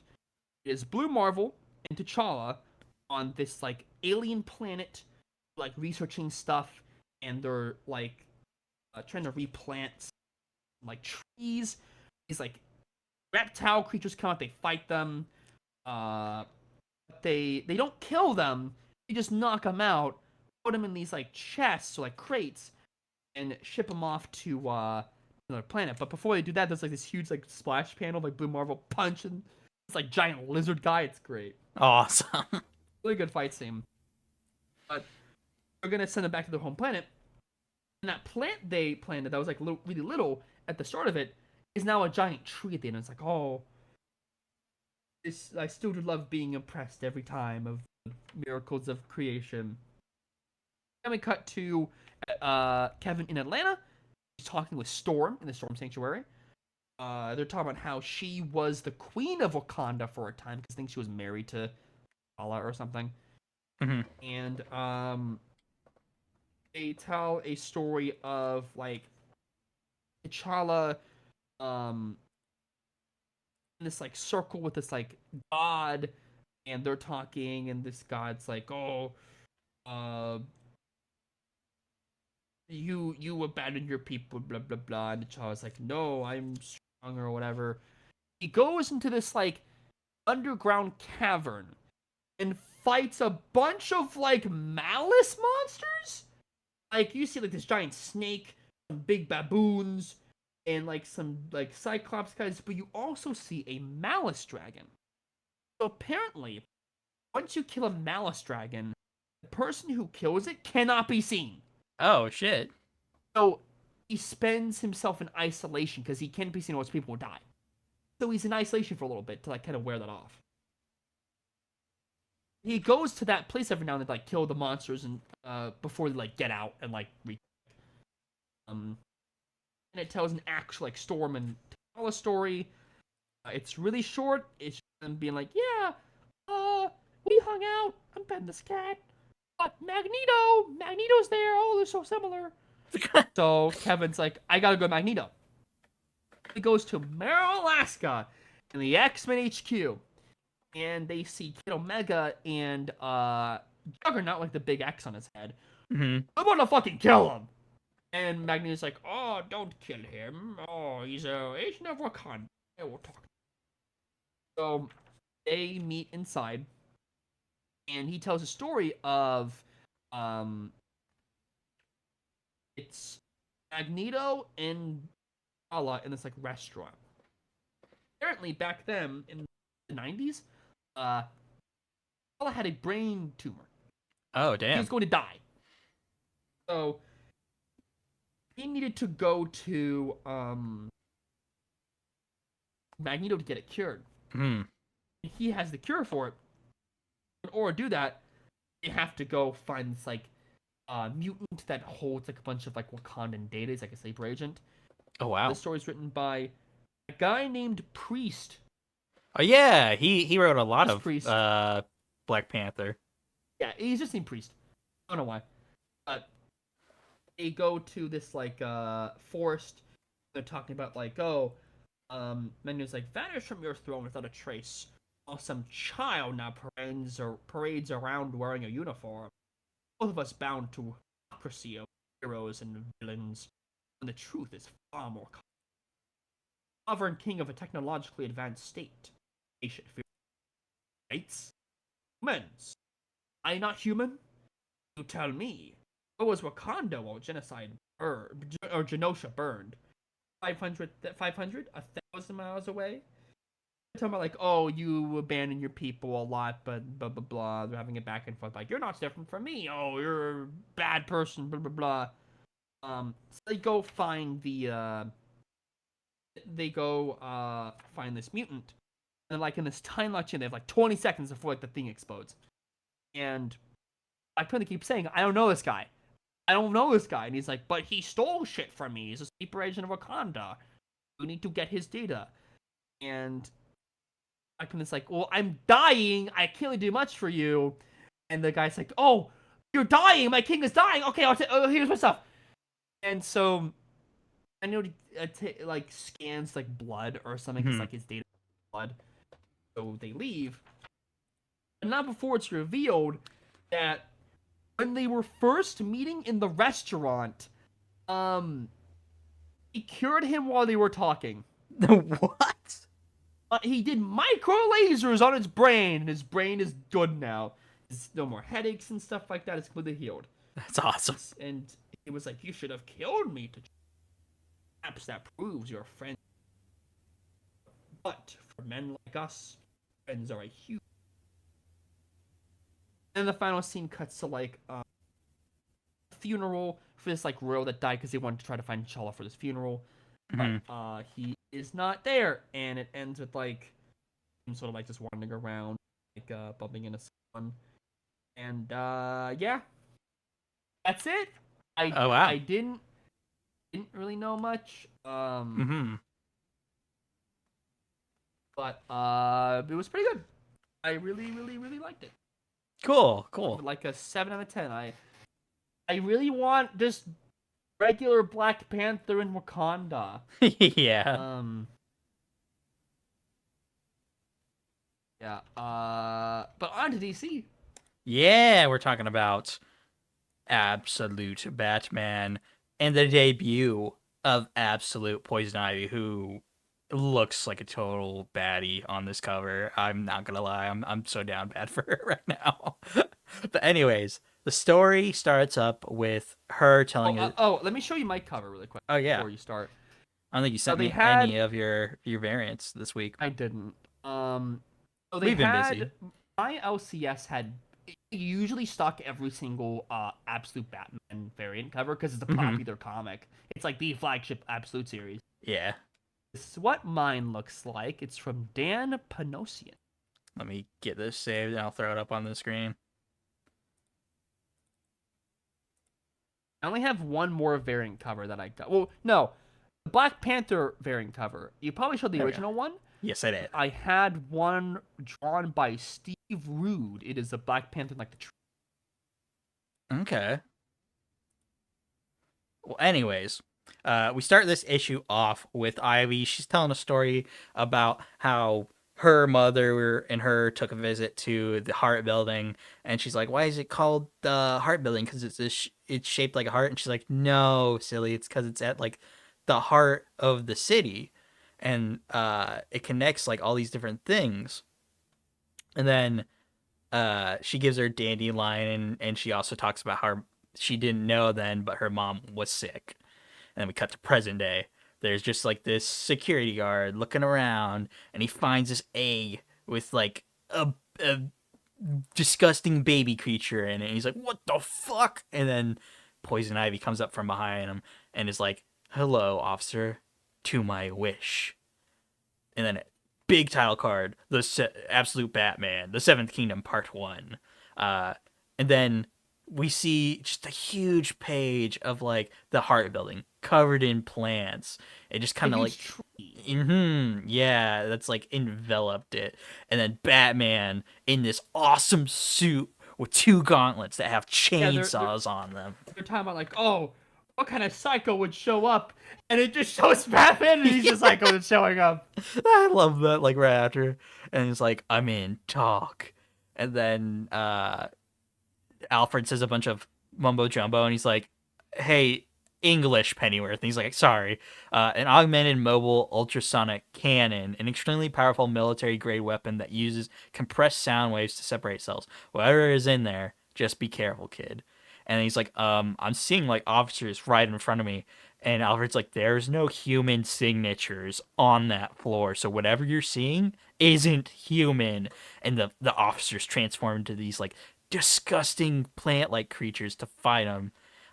We get a flashback to what happened in the previous issue. And we're picking off where Wayland had gotten that crystal. And Bruce sees just this big pile of like crocodile skin. He's like, it's way bigger than what Wayland was.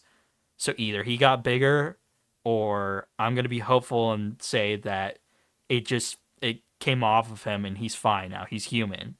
Like, I'm trying to see the better part of the situation.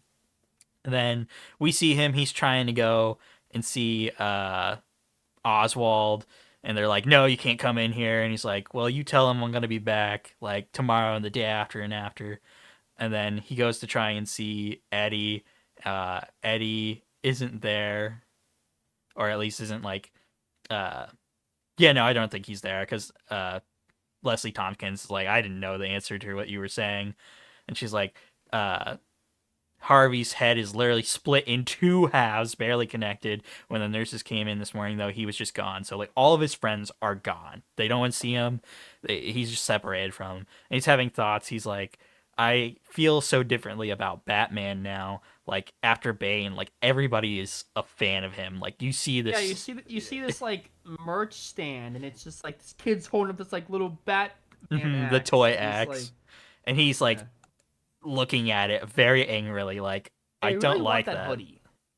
The one he's The wearing. hoodie with like, I want the hoodie. Oh, with, the like, one the they Bat made. logo. Yeah, I want to see them actually make some merch of this, I honestly. buy it.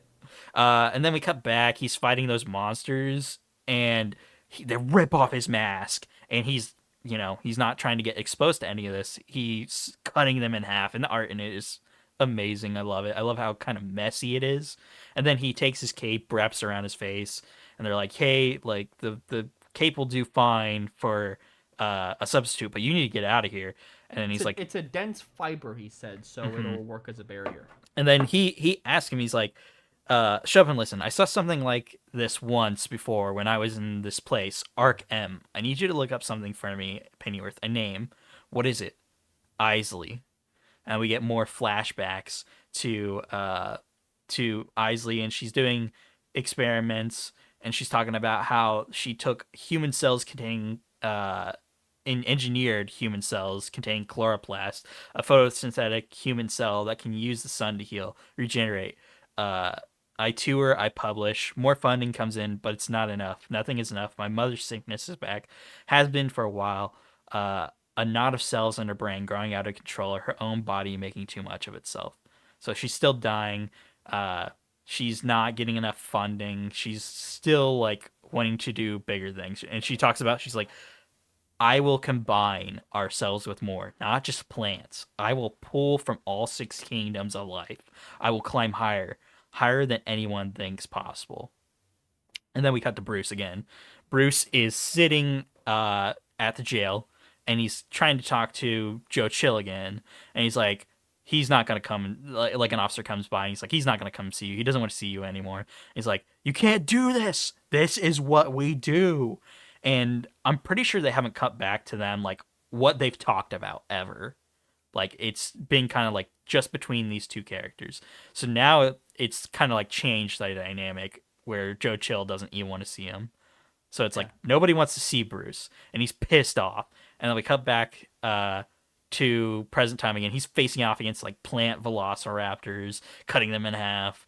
And then like a biblically accurate angel. Yeah, it has a bunch of eyes. I'm like, that's just a biblically accurate angel. What the I fuck? know, right? It's crazy. He fights it. He throws like a bomb thing in it, and Barbara Gordon is in there, and she's like, "Oh, like I lost my team."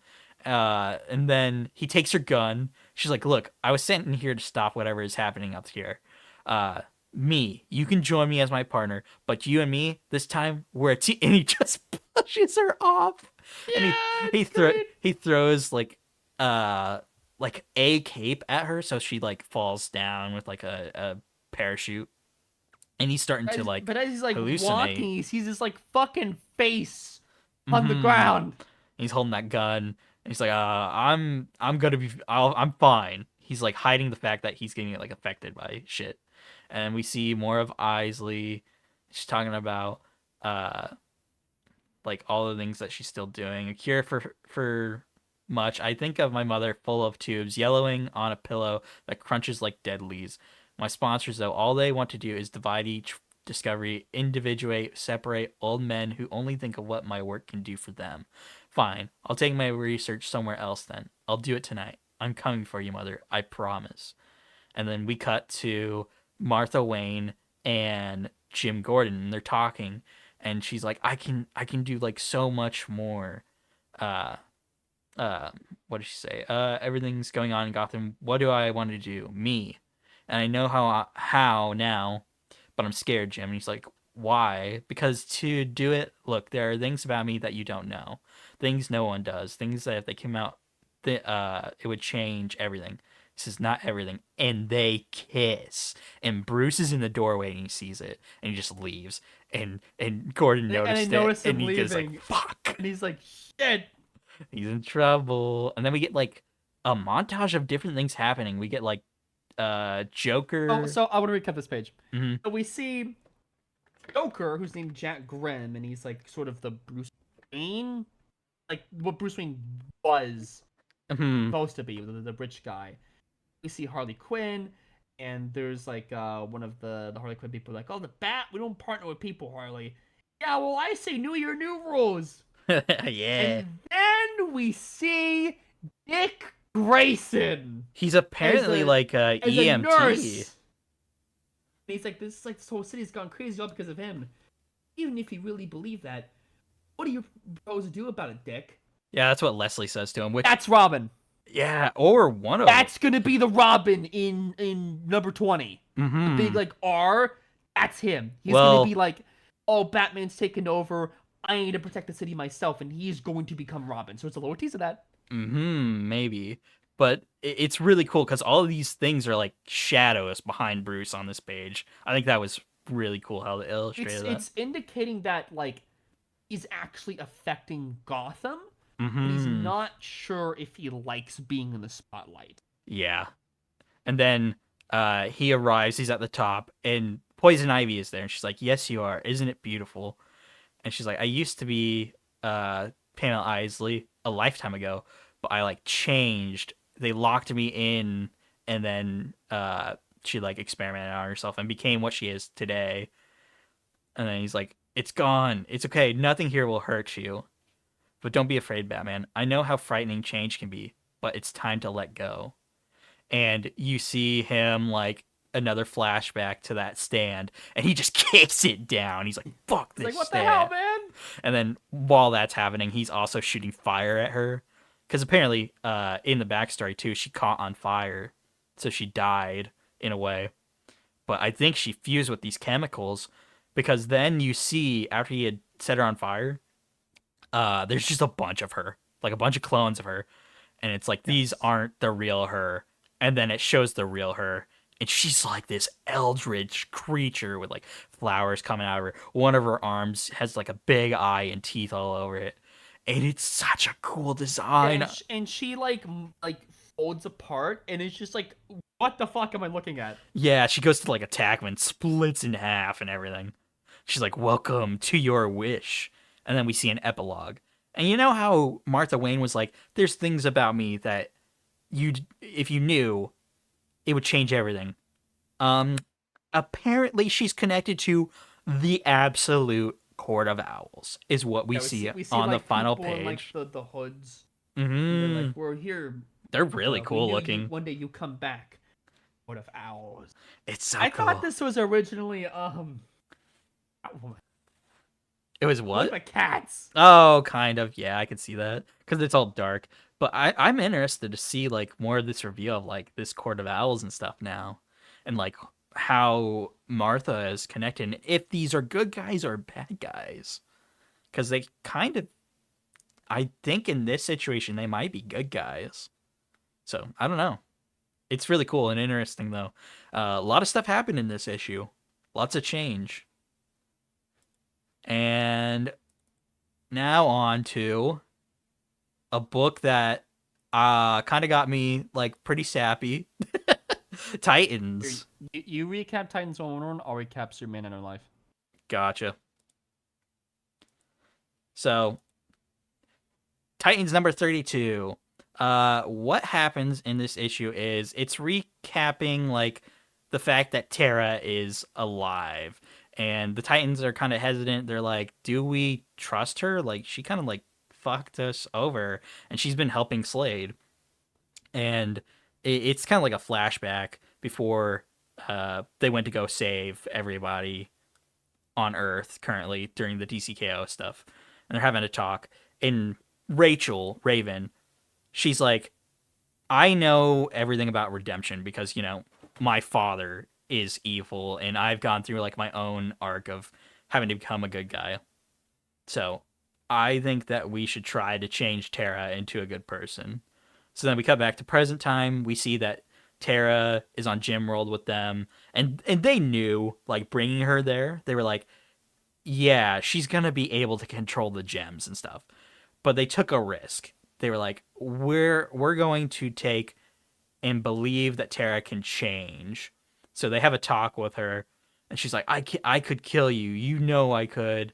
And they're like, yeah, but why would you? Like, out of everything, like, that the like Deathstroke and all these villains have done to you, all it's gotten you is like betrayal and hurt. Like, why don't you choose to switch up the game here? Why don't you choose to be a Titan? Because that's what you were at one point. So then she decides to switch sides, and she's like, you know everybody's gonna like hate you for this, and they're like, no, because everybody made like a unanimous decision that we wanted to give you a chance. So Tara is now a good guy finally after like so many years. After being brought back, she's a full on Titan, which is really cool. And then we have the other side story, which is Donna Troy and Roy Harper, and Roy had just gotten like taken by the parademons, and Grail is like, I need you to fight for me, Donna Troy, because you're a great warrior. You're almost like Wonder Woman. And she's like, yeah, like, even though you have my boyfriend, I'm not gonna surrender you to you.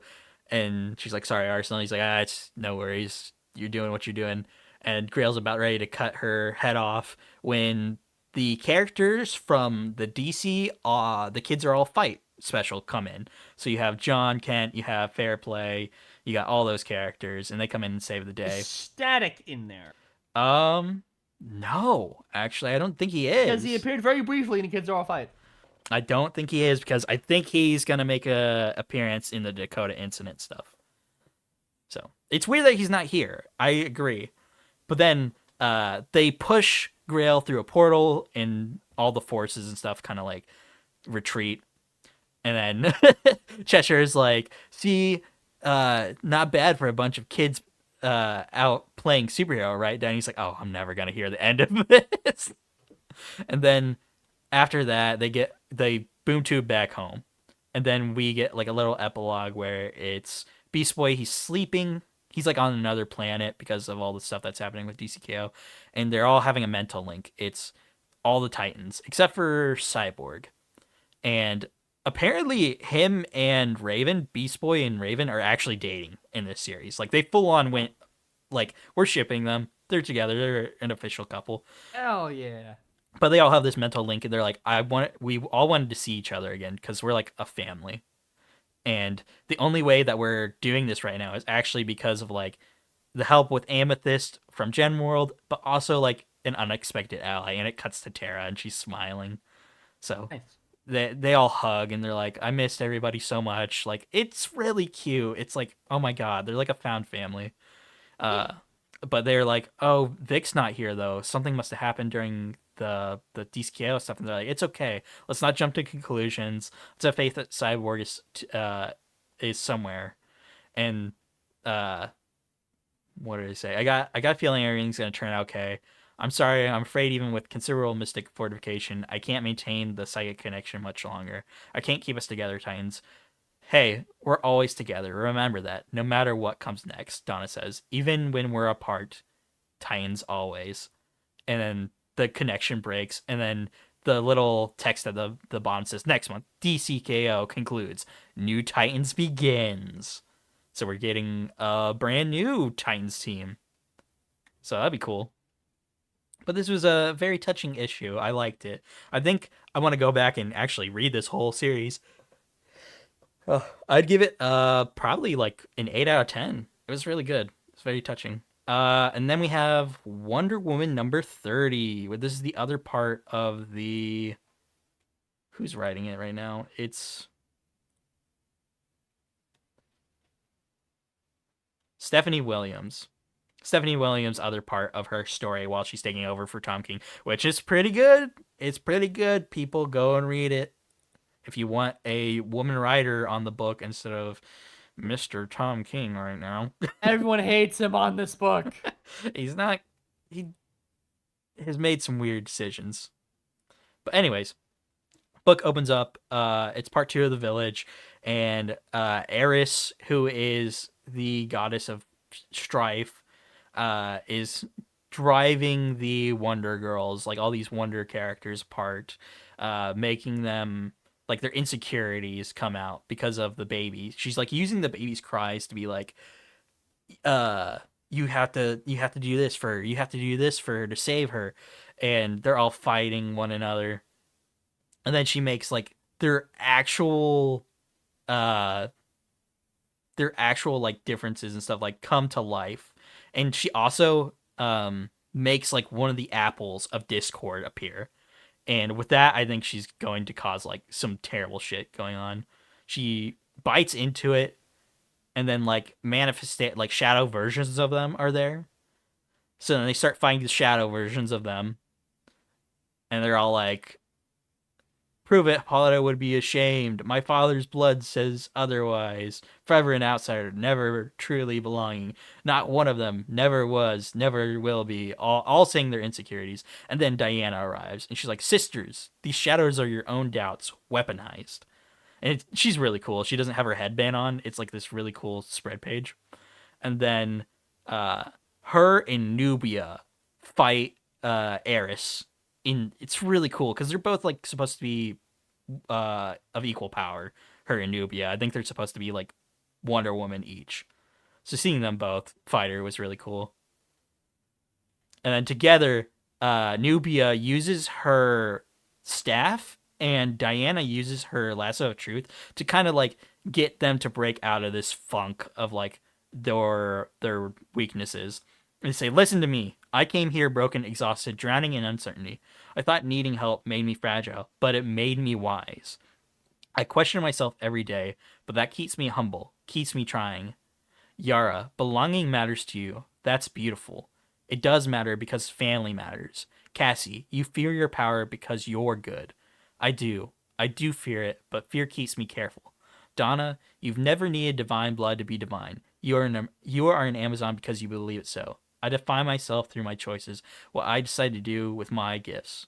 All of you, Philippus, Cleo, Bia, your doubts come from caring, from love."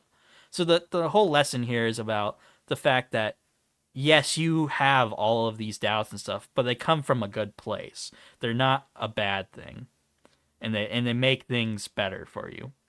And then with this revelation, they're like, community is our strength, isolation is your weapon, Eris. And they draw her back, and before she's like about ready to like dissolve, the baby's like talking. He's like, "Bah, bah," and she's like, "The child, keep her away. Her innocence, it burns. She doesn't understand discord." She's just like buying at her. It's like, "Ah, baby!" Yeah, it's really cute. And then the apple explodes, and then she just goes away. And all of them have like a little talk together. They're watching the baby, and then they have a dinner. Nubia's like, "Diana, I'm sorry you had to cut your meditation short. You needed the rest. We should have been stronger. Should have protected." She's still, having her doubts, and she's like, "You did protect her, Philippus." Oh no, that's Philippus. "You all did, even while fighting your own demons. The child brings out something in all of us, fear and love in equal measure."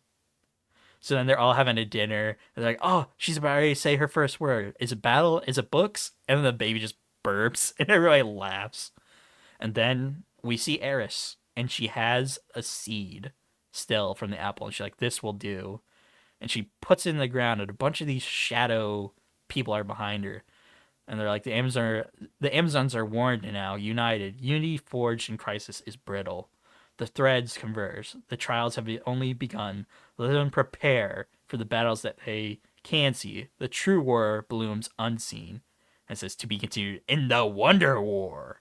So apparently there's going That to is be the a last war. Tom King Wonder Woman arc, I think. Oh, thank God. Let's hopefully get Stephanie Williams to be on this for the foreseeable future, because I actually did enjoy this two-parter. It's very heartfelt in talking about your insecurities aren't just a downside. It's something that helps you with keeping things safe, or like realizing, it's a part of you and it's coming from love. So I enjoyed it. But yeah, on to the last two DC books. Yeah. We got Superman Unlimited. I love Superman Unlimited, so it's so good. It was a good really one this good. week. I liked it. It is part 2 of the uh Prankster, I think his name is. Yep, the prankster arc that they were doing. Prankster arc. He's like still mad that like Clark Kent mistook him as like a trickster or whatever, and he's like, I'm gonna fucking kill him even though I won't do it Frankie wise. And the other dude, like I think it's his uncle or something, is like, no, we didn't kill the last guy. Maybe we'll give her a refund. And he's like, we never give the money back. Yeah. So he's like vowing to like kill Clark Kent like in any way possible. So then it cuts to the sort of like bunker or a safe room with Barry White, and they're like, oh, my life's on the line, but oh, I fear for myself. And Clark's like, oh, we'll find the guy, don't worry. So it cuts to the green suited guy, the uncle, and he's like walking around, and he like gets dragged into a van, and it's the girl that hired them. She's really short. Minnie something. Minnie Mannheim. Minnie Mannheim. They're like, oh, you gotta give me the money, but you also gotta you pay me back 200%. And they're like, oh, I don't know if I could do that. And they threaten him by cutting his hand off. He had his fake hand, and he's like, you knew it was a fake hand, right? Yeah. And he's like, remember, 200%. And he's like, oh, for fuck's sake. Well, at least I have recording, because that fake hand is a recording device.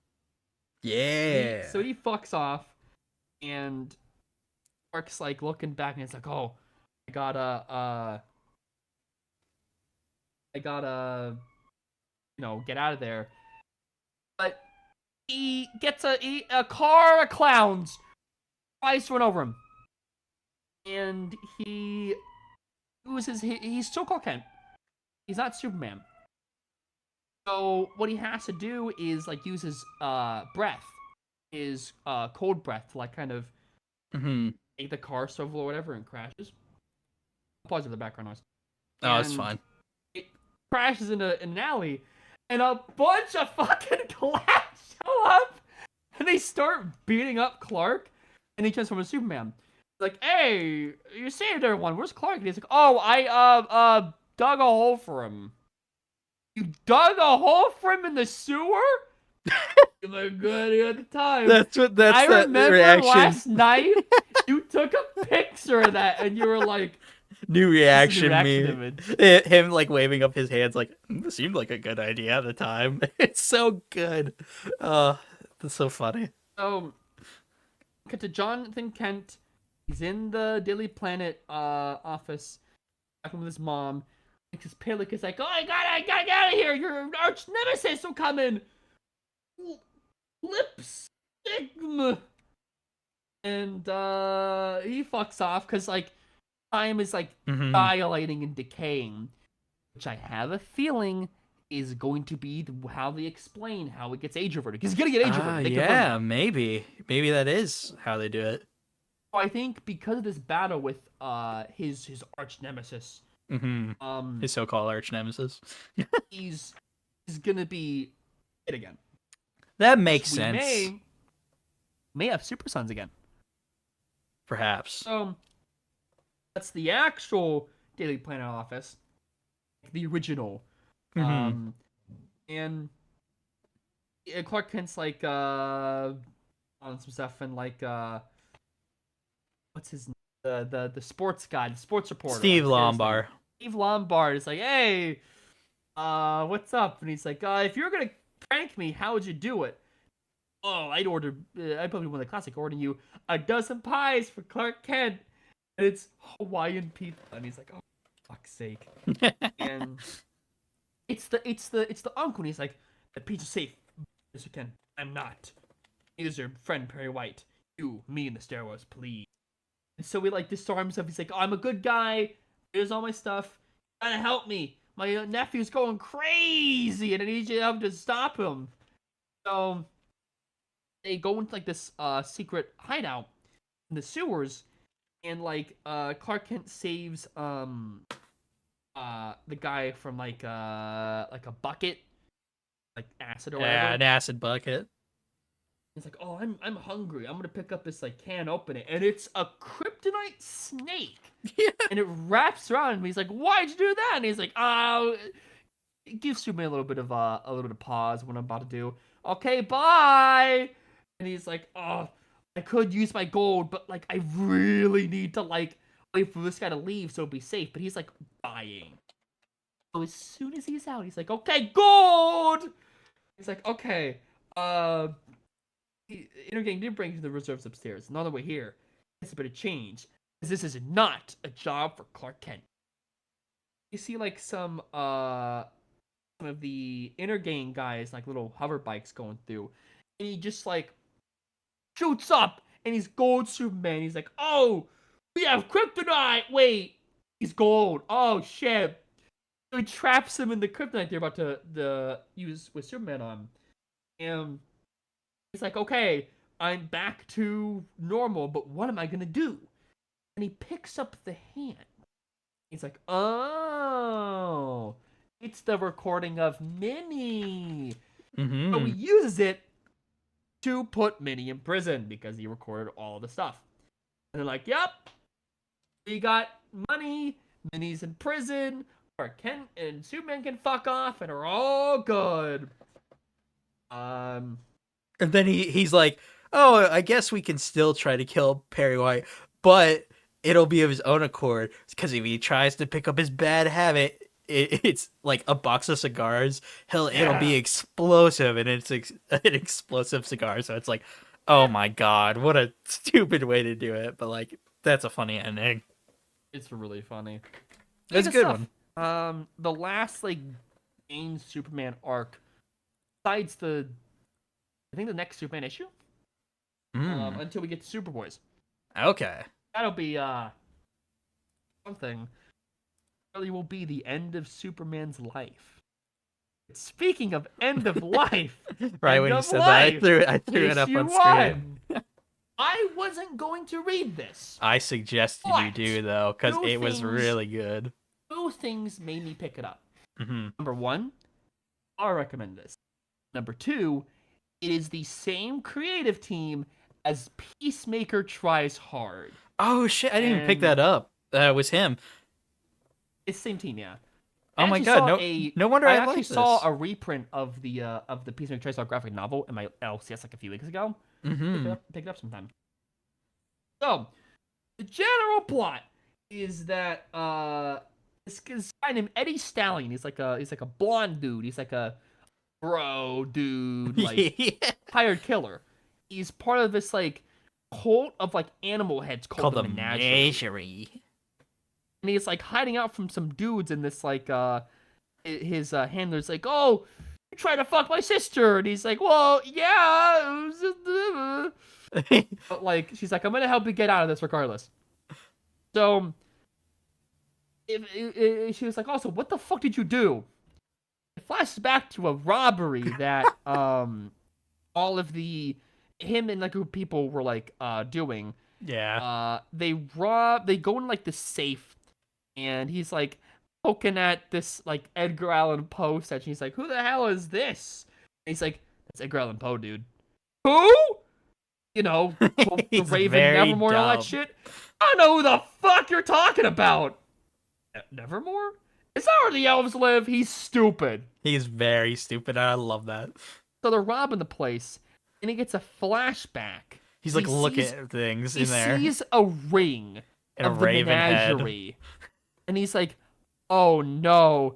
It's because like he has a flashback of him getting initiated. It's like, before you be fully initiated, here's some HR forms. That's hard. Just make sure you don't kill anyone. Make sure you don't cross anyone's paths. and now you are part of the menagerie. And he's like, oh, fuck. I gotta get out of here. I just fucked up my entire life. And he kills 2 of the dudes. He's like, we gotta get out of here. We gotta go. We're So he super fucks fucked. off. He, like, throws his phone away. He gets, like, a bag with, like, some stuff in it. He buys a bus ticket to somewhere.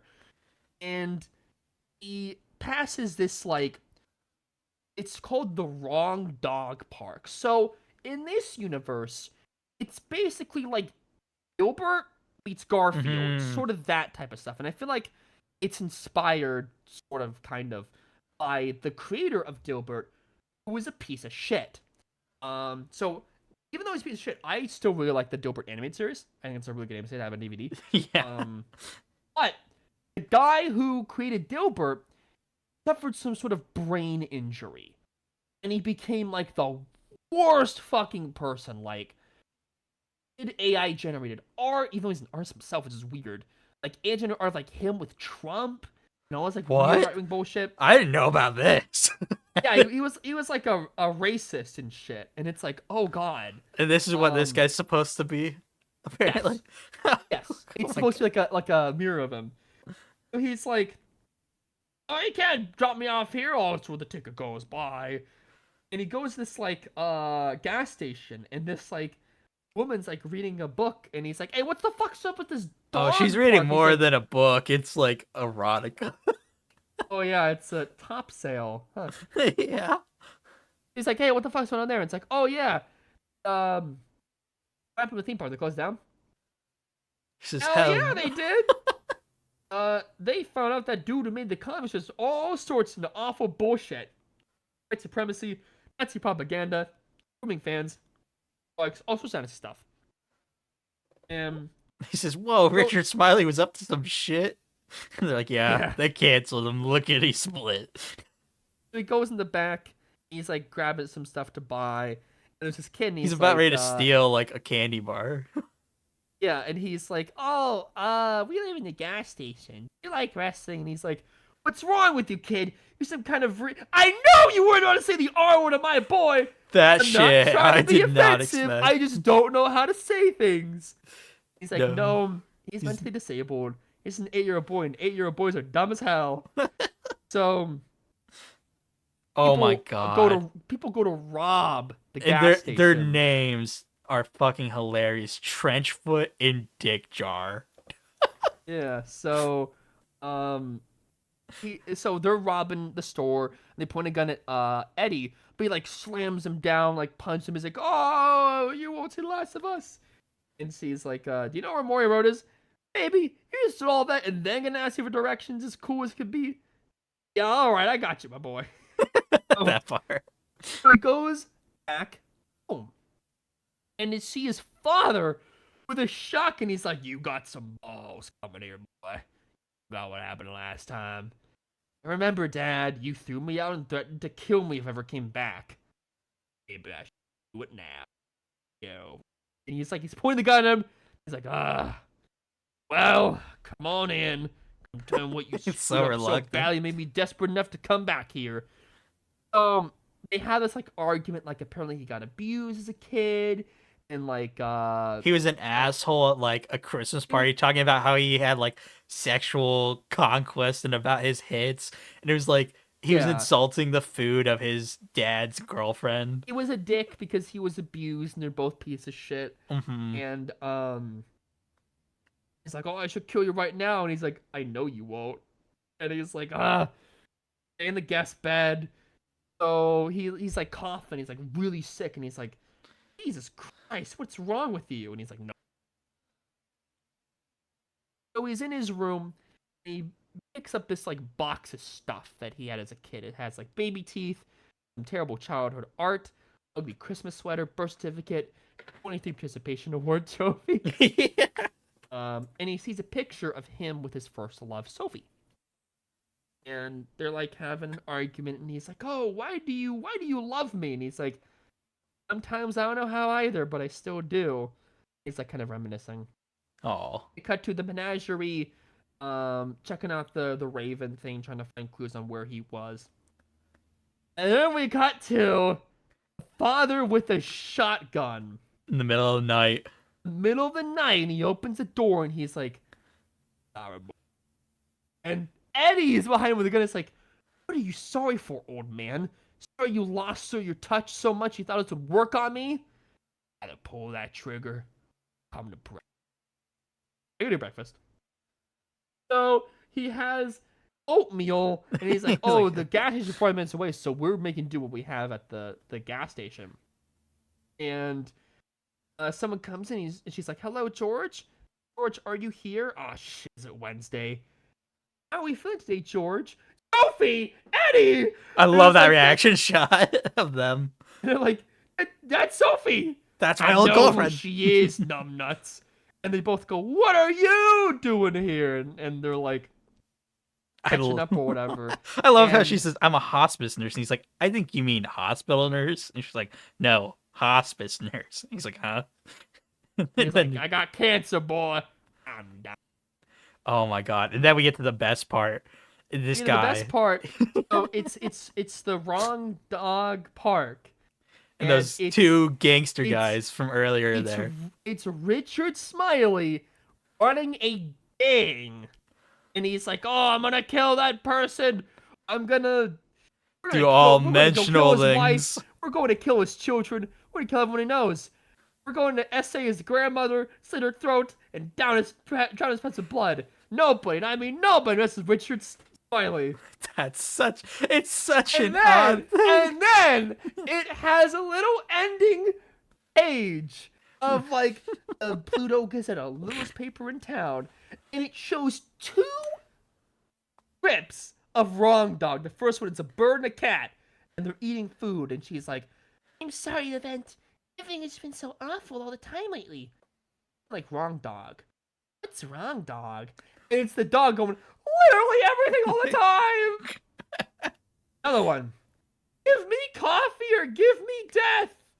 It's a little dramatic, don't you think? It shows like the cat like drinking coffee, and he's like, "No, seriously, there isn't coffee. I want you to kill me." Jesus Oh, Christ. boomer humor. It's boomer humor. It is.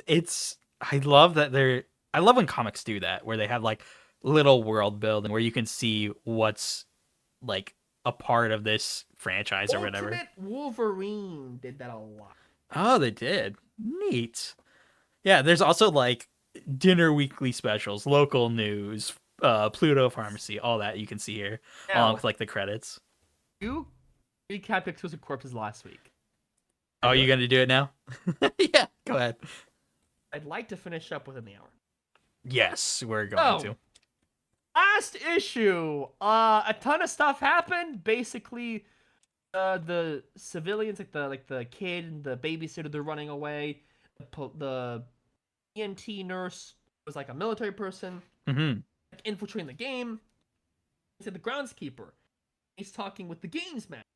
"Oh, in a good game, I heard somebody does how we can prove it next." And he's like, "Young, on this than you." They cut to one of the it was one of the women who runs like one of the states. He's like Massachusetts or something. He's Mhm. talking with Yes. Her sister. yeah, she's talking with her sister, who's like I think her name's the gunman or something. Not the No, gunman, it's that's another one. Lady Like a Lady horse rider. Carolina. Lady Carolina, yes. They're like talking with each other. They're like, "Oh, you can take another participant's weapon," and they're like cheating or whatever. Well, Now they're we not cut cheating. to- They're talking. Well, technically, they are cheating. They are cheating. Yes, They are but cheating, they're- but they're like, we can still win this, but not for our state. Because now is the point where a lot of states are like sort of alliancing with each other. Hmm. So it cuts to the recluse captured I think the mother of Jason. Jason. Yep. They're like, "Oh, you're a fucking psycho killer, blah blah blah." And behind the recluse is Fox Mask. Yeah, she's Talking, alive. it's like, "Oh, we let the emotions get the best of you, sound." And Recluse and Fox gonna fight, and he's like, "I'm looking for more than a fight." And they fight, And while they're fighting, the woman just stuck in the web being like, "You're both sick, you know that." So it seems like Recluse is gonna win, poking her, but then she like gets up and like rips like his throat out or something, like gnaws it, and he's Yeah, Fox dead? Mask Killer goes in and bites Recluse's throat and just kills her. Oh, is Recluse a girl? Yeah, that's a girl. Oh, that was a guy. Okay. It could be Um, non-binary, though. We don't know. They never say their pronouns. But like, the girl's like, "Oh, excuse me, Fox, is it? Hello, my son. I just want to find my son. I'm just a single mom. I don't know what this is about, but please, let me see my son." She cuts off the web. He's like, "You better get going." It's almost over. And you see the groundskeeper like looking through. There's a huge fire going, and they're burning the town. And the military is like, "Welcome to Oak Valley, asshole." The proper channels, I could have gotten you a nice little tour, a little history. You should just blow your fucking brains out for treating this town like your own blood-soaked playground. I know my name. I don't know everything about. He knows basically. Cut to the woman. She Going finds to find Craig's Craig. body and It's like the crop field burned down, like the maze. yeah, from the earlier issues. And he has like a ASL for Jay. And he's like, Jason's alive. Okay. She's like, crying over his body because he's just dead. He's like, "Oh, my sweet boy."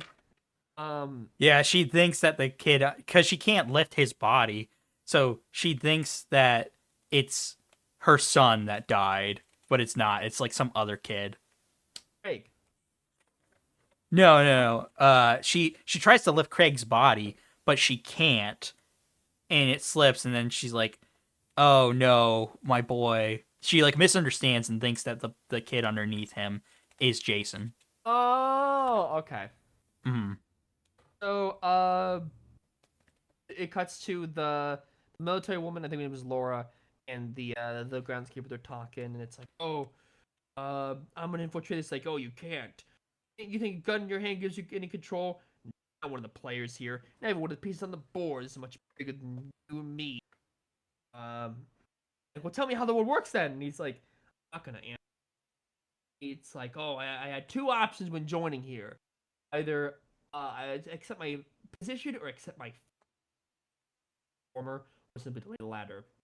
What was the position? He says, "Groundskeeper compromise." And he gets shot in the head. He's like, "Ah, fuck!"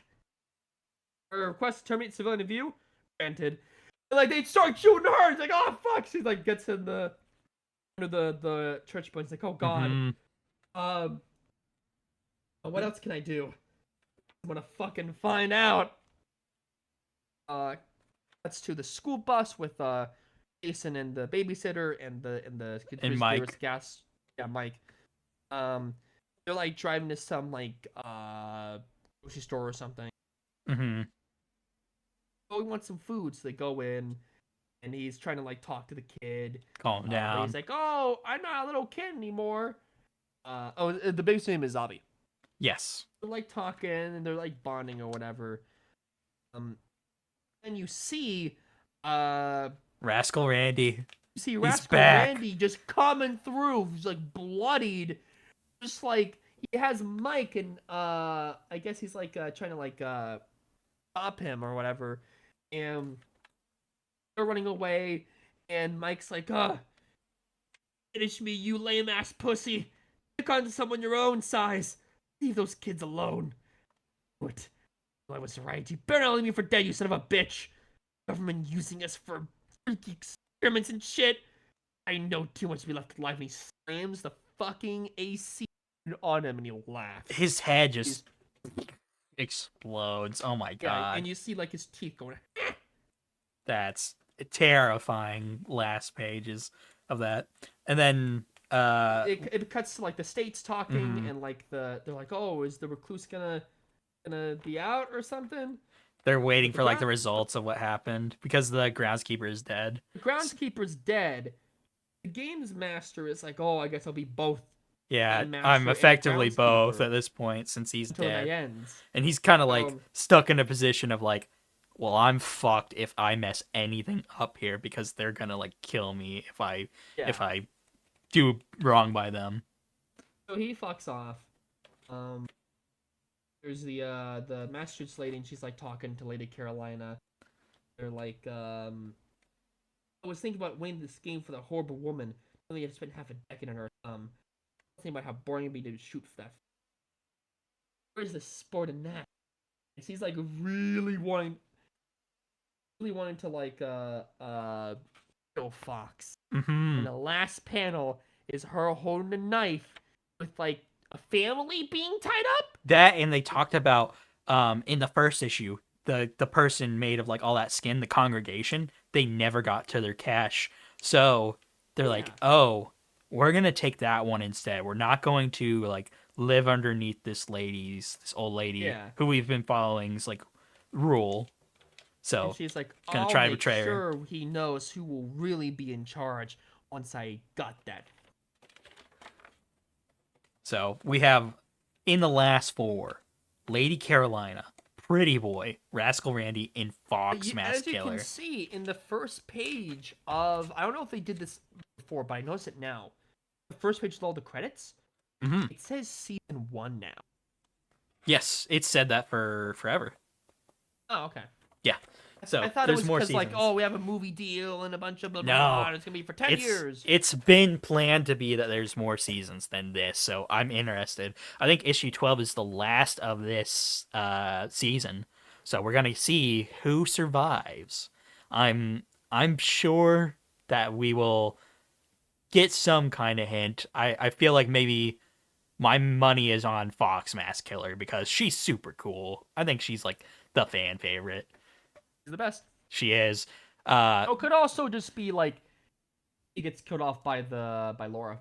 That's true. That's true. I'm thinking maybe like, or for Laura to like stop the game, she has like Yeah. recruited by one of them or something. I don't know. Something. But speaking of that, that's New the comic wrap up. reveals. Yeah, one of them. The one of them is the fact that we're getting 3 different spin-offs for Exquisite Corpses. We got Fox Mass Killer getting her own series, and we're getting Lone Gunman and Rascal Randy. So Maybe get like the backstory of them or something. yeah, I'm guessing backstory or just another story in general. We're going to see like what happened with these characters. So I'm all for it. I want to see more of this universe. It's intrigued me from the get go.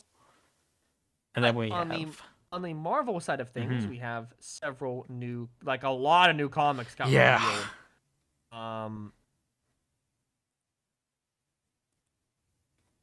Guess you gotta talk about this first since this just came out. Queen in Black. It's full cover art. I'll send you a link for this. did it? Yes. You see on the here, I'll send this to you. She has her new look. I don't like her new look at all. I hope it's very short-lived. Oh, I love Hella's But look you though. see- Oh, You see Queen in Black. She's like, oh, now basically. It's done by Al Ewing, of course. Covered by Ryan Segman. And yeah, it's got a bunch of different covers.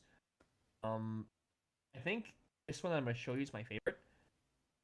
It has both a black and red and a white and blue. I think that's a really cool cover. It's basically following up like, oh, Ella is the Queen in Black, and she's gonna kill dudes. looks interesting.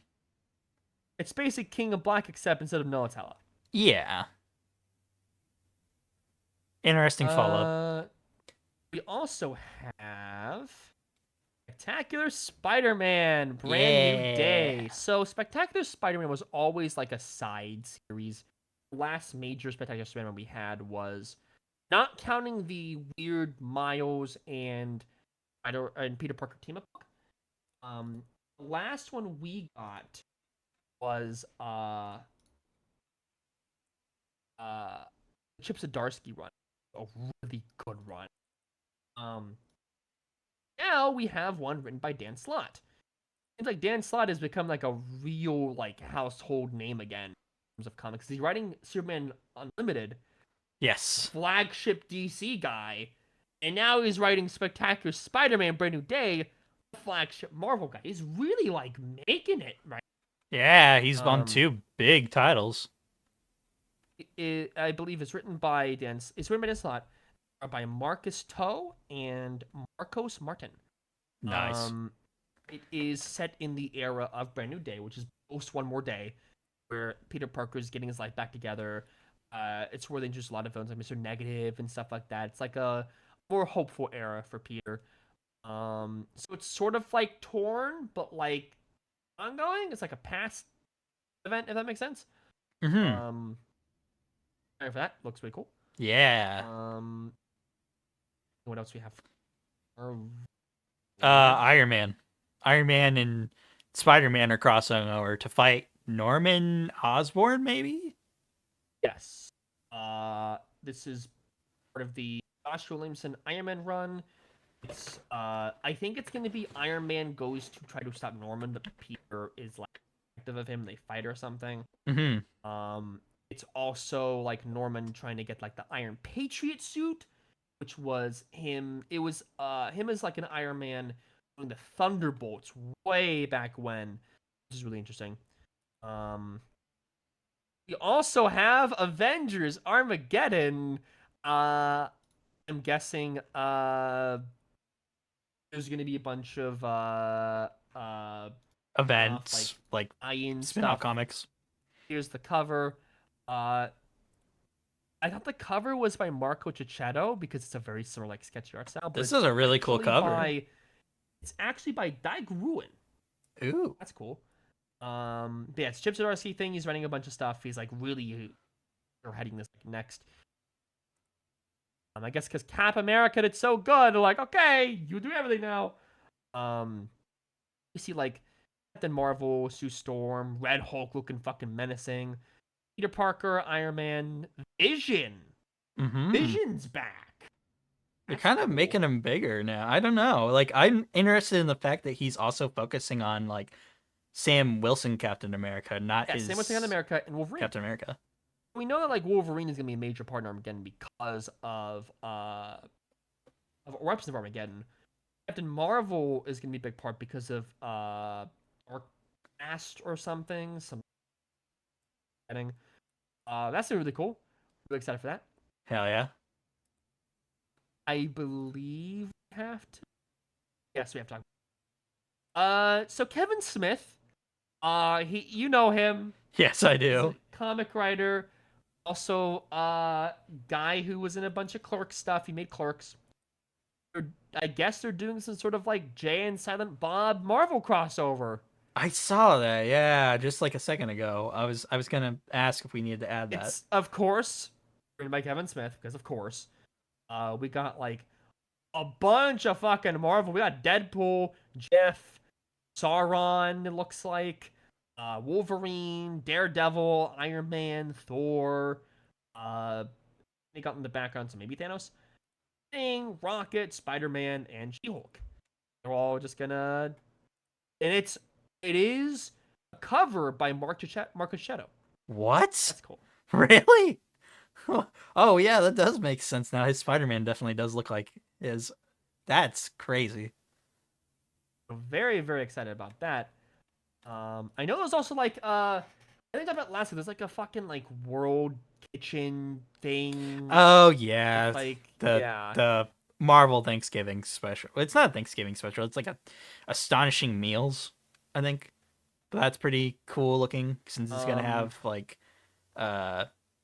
Mike Mignola doing a cover. The last bit of Marvel news, this dropped 20 minutes ago. Yeah, I saw you added the that. Venom animated movie. This is from the Hollywood Reporter. It's a Venom animated movie in the works with Foundation filmmakers Zach Lebowski and Adam B. Stein. Yeah, that's cool. And it just explains their backstory about what they do. Um, Amy Pascal, Avi Arad, and Matt Tolmach, who worked on the Venom movies, so I can produce the feature. Um, it's just like, yep, we're making this now. Lol. Don't have much information for that. Okay. On to D English Yeah. competition. Uh, Absolute Batman issue 20 got a cover reveal. And synopsis. It is Absolute Robin is coming. Oh, not just one. Robins. Oh. That's I was like hesitant to say anything during our review of the Absolute Batman thing, and I was like, I'll just wait to say it during this. There's multiple. Yes, but we're gonna have Dick in there, obviously. We're gonna have Dick Grayson. He's in the universe. I feel like we're gonna have a We Are Robin Tim? situation here. Like it's going to be a ton of kids like trying to take down Batman. Maybe Jason, maybe Tim. I wouldn't expect Damien. Maybe Carrie Kelly. Never know. Yeah, Frank Miller, Robin. That'd be cool. Yeah, that'd be really cool. Those are also my favorite Robins. They really underutilize her. They do. It'd be kind of cool to see her back as the Robin character again. But really excited about that. That's gonna be really fucking cool. We also have an announcement for DCX Sonic 2 Legion. We're getting a sequel, baby, already. I'm so excited. I believe it's gonna be, since we see Eggman in the Luthor suit, it's gonna be following up on Eggman and Luthor teaming. Yeah. Issue ending. We have a lot of different characters. We have Sonic as Flash, Shadow as Knuckles. Well, we had those before. No, Shadow, not Shadow's Knuckles. Shadow as Batman. Knuckles as Superman. Wonder Woman as AIM as a cyborg. But we also get Blaze as Star Sapho. We have Big the Cat as Aquaman. Oh, really? We're getting those? We have Catwoman, Rouge. We have Cream and Cheese as let me throw this up. Supergirl and Crypto. And then we have Silver the Hedgehog as a Green Lantern, because of course he is. Those are two worst colliding. Hell yeah. Yeah, this looks really fucking cool. It looks fun. It's written by Ian Flynn, so quality there. The DC X Sonic crossover last time was super fucking good, so I'm really excited to see what they do next with it. Yeah, I'm really excited about it. Yes. Oh, I didn't see Cream with Supergirl. That's cute. Yes, she is. I'm gonna pull this next one up because I do not have a link ready for this, but we are getting a Guy Gardner. Oh, don't worry, I have a picture of it. Tales of the Green Lantern Corps, Guy Gardner #1. In this corner, we have Intergalactic Heavyweight Guy Gardner fighting in the shit division. And his challengers are Manhunter Androids, Space Apes, the Guardians, Valorant and Jon Stewart, the Deadpool team. Yeah, because it's Jerry Dugan, somebody else. Oh yeah, the Deadpool team of Matteo Lolly and Gary Dugan. Love Gary Dugan. Presents Light Club of the best and worst Lantern Corps, and it is a one shot. Yes, it's a one shot. It's the Deadpool guys. That's cool. That's great. Hell yeah. I want to see what they do with Guy Gardner, because he had a really good start to someone commented, I don't know what the fuck on League Comic Geeks. I don't know what the fuck Dugan is, but it's not Adam, so it's a win. you need to read Dugan stuff. It's great. Deadpool was his best work, but Long Shots was really good, even though it was rated on for some reason. Wrote a lot of fucking Godzilla. Every Godzilla crossover common known to man. Yes. A bunch of other just random shit. He wrote New Avengers as well. It was one of the guys that I put in for the it could have him write Miles. I don't fucking know. It should be Tom Taylor. That's just me. Yeah. We also have some new AC news from Comic Pro Convention. Hell yeah. Pull that up really quick because we got our first look at Absolute Green Lantern. No, So we no, have Absolute Catwoman absolute first. Green Arrow. Green Arrow, yes, yes. And Absolute Catwoman. It is. Who is it written by? I don't. Oh, written by Che Grayson and Scott Snyder with art by Bengal. That's cool. I can't wait. He looks awesome. The design for it, like this more demon looking Ollie. And then we also got revealed absolute Dinah Lance, Black Canary. Yes. She's So huge. we have Green Arrow. He's like killing billionaires and like gotta find out who did it. So it's not Ollie. Ollie's dead. Ollie's dead. Hmm. Which is a little confusing as to why they have him in that DC Guild thing, but sure. It's gonna be probably one of his other like sidekicks. That he I has. said I think it Kind of. might be an undead Ollie. Like he made some deals with some demons or something. I would think that's neat. Yeah. And what else do we have? We also have some new next level stuff. Yes. We have Barbara Gordon Breakout. It's her in prison, and she has to break out of prison. Looks neat. I like the art for it. They have a new one. A dead man. No idea who that is. It's the same people who did Ice Cream Man and Good Night Spectrum. So I have high hopes it's gonna be really good. Yes. But, Looks interesting. We haven't had a Dead Man book for a while, so it'll be really cool to see it. He's like a janitor who's like cleaning up like the world of like the dead. It says like after the DCKO event, like death and life are all messed up, so it's up to him to like clean up all the shit that's going on. And then I'm really excited for this new Teen Titans book by Kyle Higgins and Hey, yo. Daniel D. Niculo. Yeah, the team looks amazing. If I can find a picture of it. Oh, it's a bunch of the characters from they're probably doing Titans, which is the original team. It Then you says have Teen Titans. Teen Titans, which is the Mhm. new team, and that's Red Hood. Yeah, we also have Cheshire. So she's got a brand new costume too, which looks amazing. I think that's Fair Play down there too. Yes, it's a lot of the people who were in The Fight. Kids Are All Fight. But Jason Todd is that's going to Jason be Todd. leading this team. So what we're seeing. So what I'm really glad about is they're actually utilizing him again. Yes. 'Cause there was like that huge like, oh, he's back and it's gonna be edgy, and I was not interested at all. Like Yeah. zero. But the writer was gonna be like, oh, I'm controversial and blah blah blah blah. Like, there's a lot of weird shit. Yeah. And they canned that immediately. And, Yes. and the first book was apparently really terrible too. Mhm. So we're gonna get him leading a team of Titans, like actual Teen Titans. Yeah, it'll be really cool. There's two new characters on that team, like this Naruto looking motherfucker, and then this Hazard looking guy. It's Kyle Higgins. Yes. So I'm buying that book. And then along with Legion of Superheroes, Jonah Hex, Demon, and Batman, we're also getting another Doom Patrol book. Nice. Yeah. Is it written?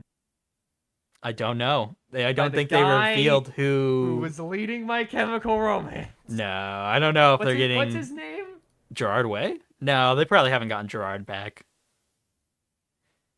He had his own imprint and everything, Young Animal. Yes. And I think that's the news for all the new comic stuff that came out. That's about it. That's so much stuff like that just came out. I am running out of time. Yes. If we want to will wrap it cover- up here, we We will can. cover this thing next week. Yeah, that's fine. This thing I'm doing. I'm going to talk about two more things. I'll wrap up. Mm-hmm. So, there was a few more things that DC announced that I wanted it to be separate topics. Two things. The first one is Dark Knight Returns 20th anniversary, doing reprints and Yes. the article talks about doing a reprint, doing the anniversary like facsimile and blah blah blah, doing variant covers, doing a compact comic. They're doing some merch, Mm-hmm. stuff like that. But I'm not sure if he could really glorify Frank Miller. Yeah, Because- you're of the opinion that because Frank Miller right now, like after like a while, has become kind of a bad guy. You know, Yes. he's not a great person, and you say that we need to more uplift like Court of Owls and stuff like that as like the new. We need to book. uplift other creators. Mm-hmm. Because let me tell you my backstory. Mhm. I was never really a Batman fan from for a while. I watched Dark Knight trilogy. Was like, oh, that's fine. Animated series is fine. He doesn't really do it for me. It took a while for me to get on board Batman, because this was when I was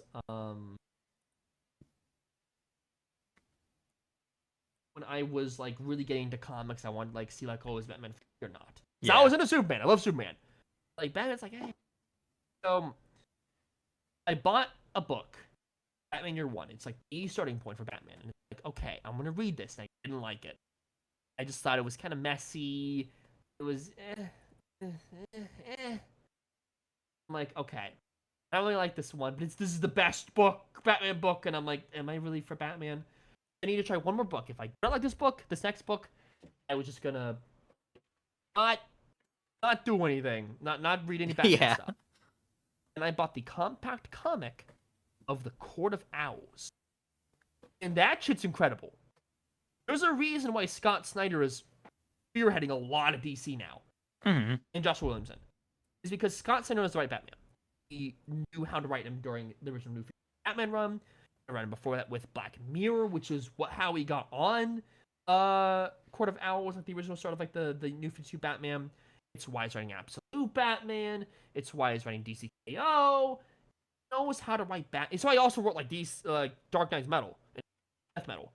It's because he knows how to write fucking Batman. Frank Miller is just rambling and like, I'm racist, and Batman should kill. Aspar, Holy Terror, the sequels to Dark Knight Returns. Those aren't good books. I would say yes. He's written, I'm gonna argue, he's written more terrible stories than he's written good stories. Because what good stories he's written? A lot of Daredevil. He started like the whole like Matthew Murdock kind of being on the dump sort of thing with Born Again. He wrote Batman Dark Knight Returns, Sin City, Ronin. Sin City. That's kind of it. It's like ever since he wrote Sin City, that's the only book he wrote that makes sense.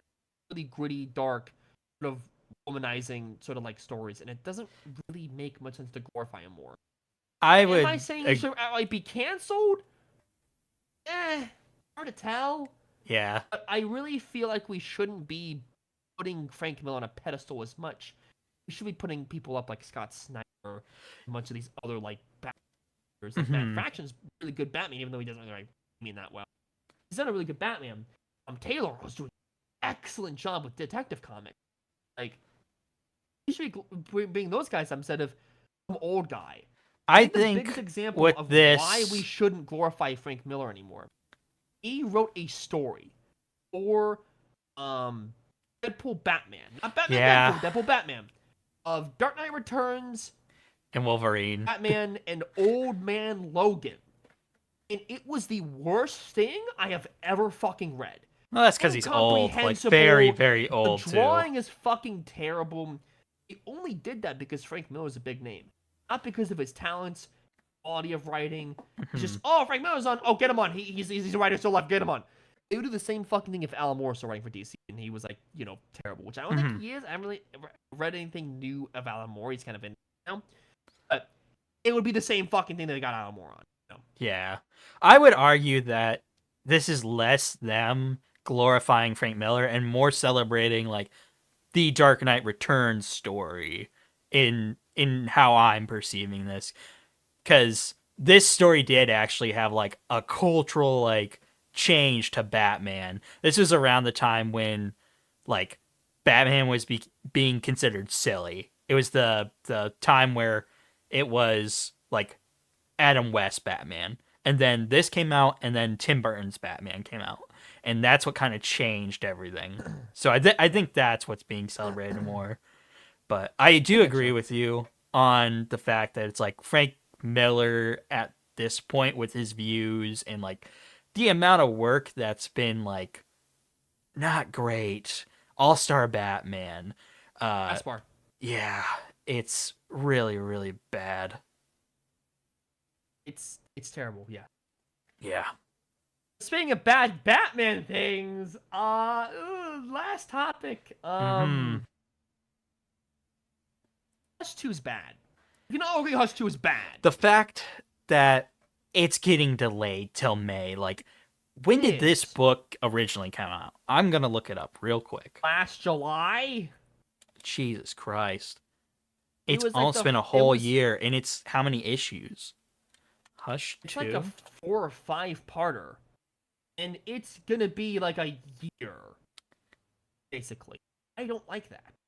Not Hush Volume 2, Hush 2. Love Jim Lee. Love his work. He should not be drawing anymore from mainline. 158. So 158, 159, 160, 161, 162, 163. It's only supposed to be 3 issues or 6 issues. So and it's lasted a year. A half year. And debuted the new Batman volume while the other story was ongoing. It sucks. But I'm going to get a little conspiracy theorist for you for a second. So, it seems like the Matt Fraction Batman volume is not really acknowledging Hush 2 of like the Bat family, blah, blah, blah, blah. Oh, he's teaming up with the villains and blah, blah, blah. They're not acknowledging any of that. Yeah. There's one story that is. It is, I believe, a one-shot? Oh, maybe wow. I think it is a one-shot, because it's 48 pages. Mm-hmm. It's called Batman/Wonder Woman. Oh, yeah. I will send you the cover. Batman Wonder Woman True. It's written by Jeff Loeb, art by Jim Chung, and it is supposed to follow up on Hush. It says, "Is it really? Batman and Wonder Woman team up for a classic caper brought to you by superstar talent writer Jeff Loeb and artist Jim Chung. Last Stove 2 has been stolen. People said Amazon Princess race to ensure a safe return before it falls in the wrong hands. You won't want to miss the aftermath of Batman Hush featuring the devious duo Force of Steel Wonder Woman, the Joker, and Hidden. So this is the only story that's acknowledging Hush 2. Are they canonizing Hush 2? Is it going to be in its own Jeff Loeb's going to have his own continuity of Batman or something?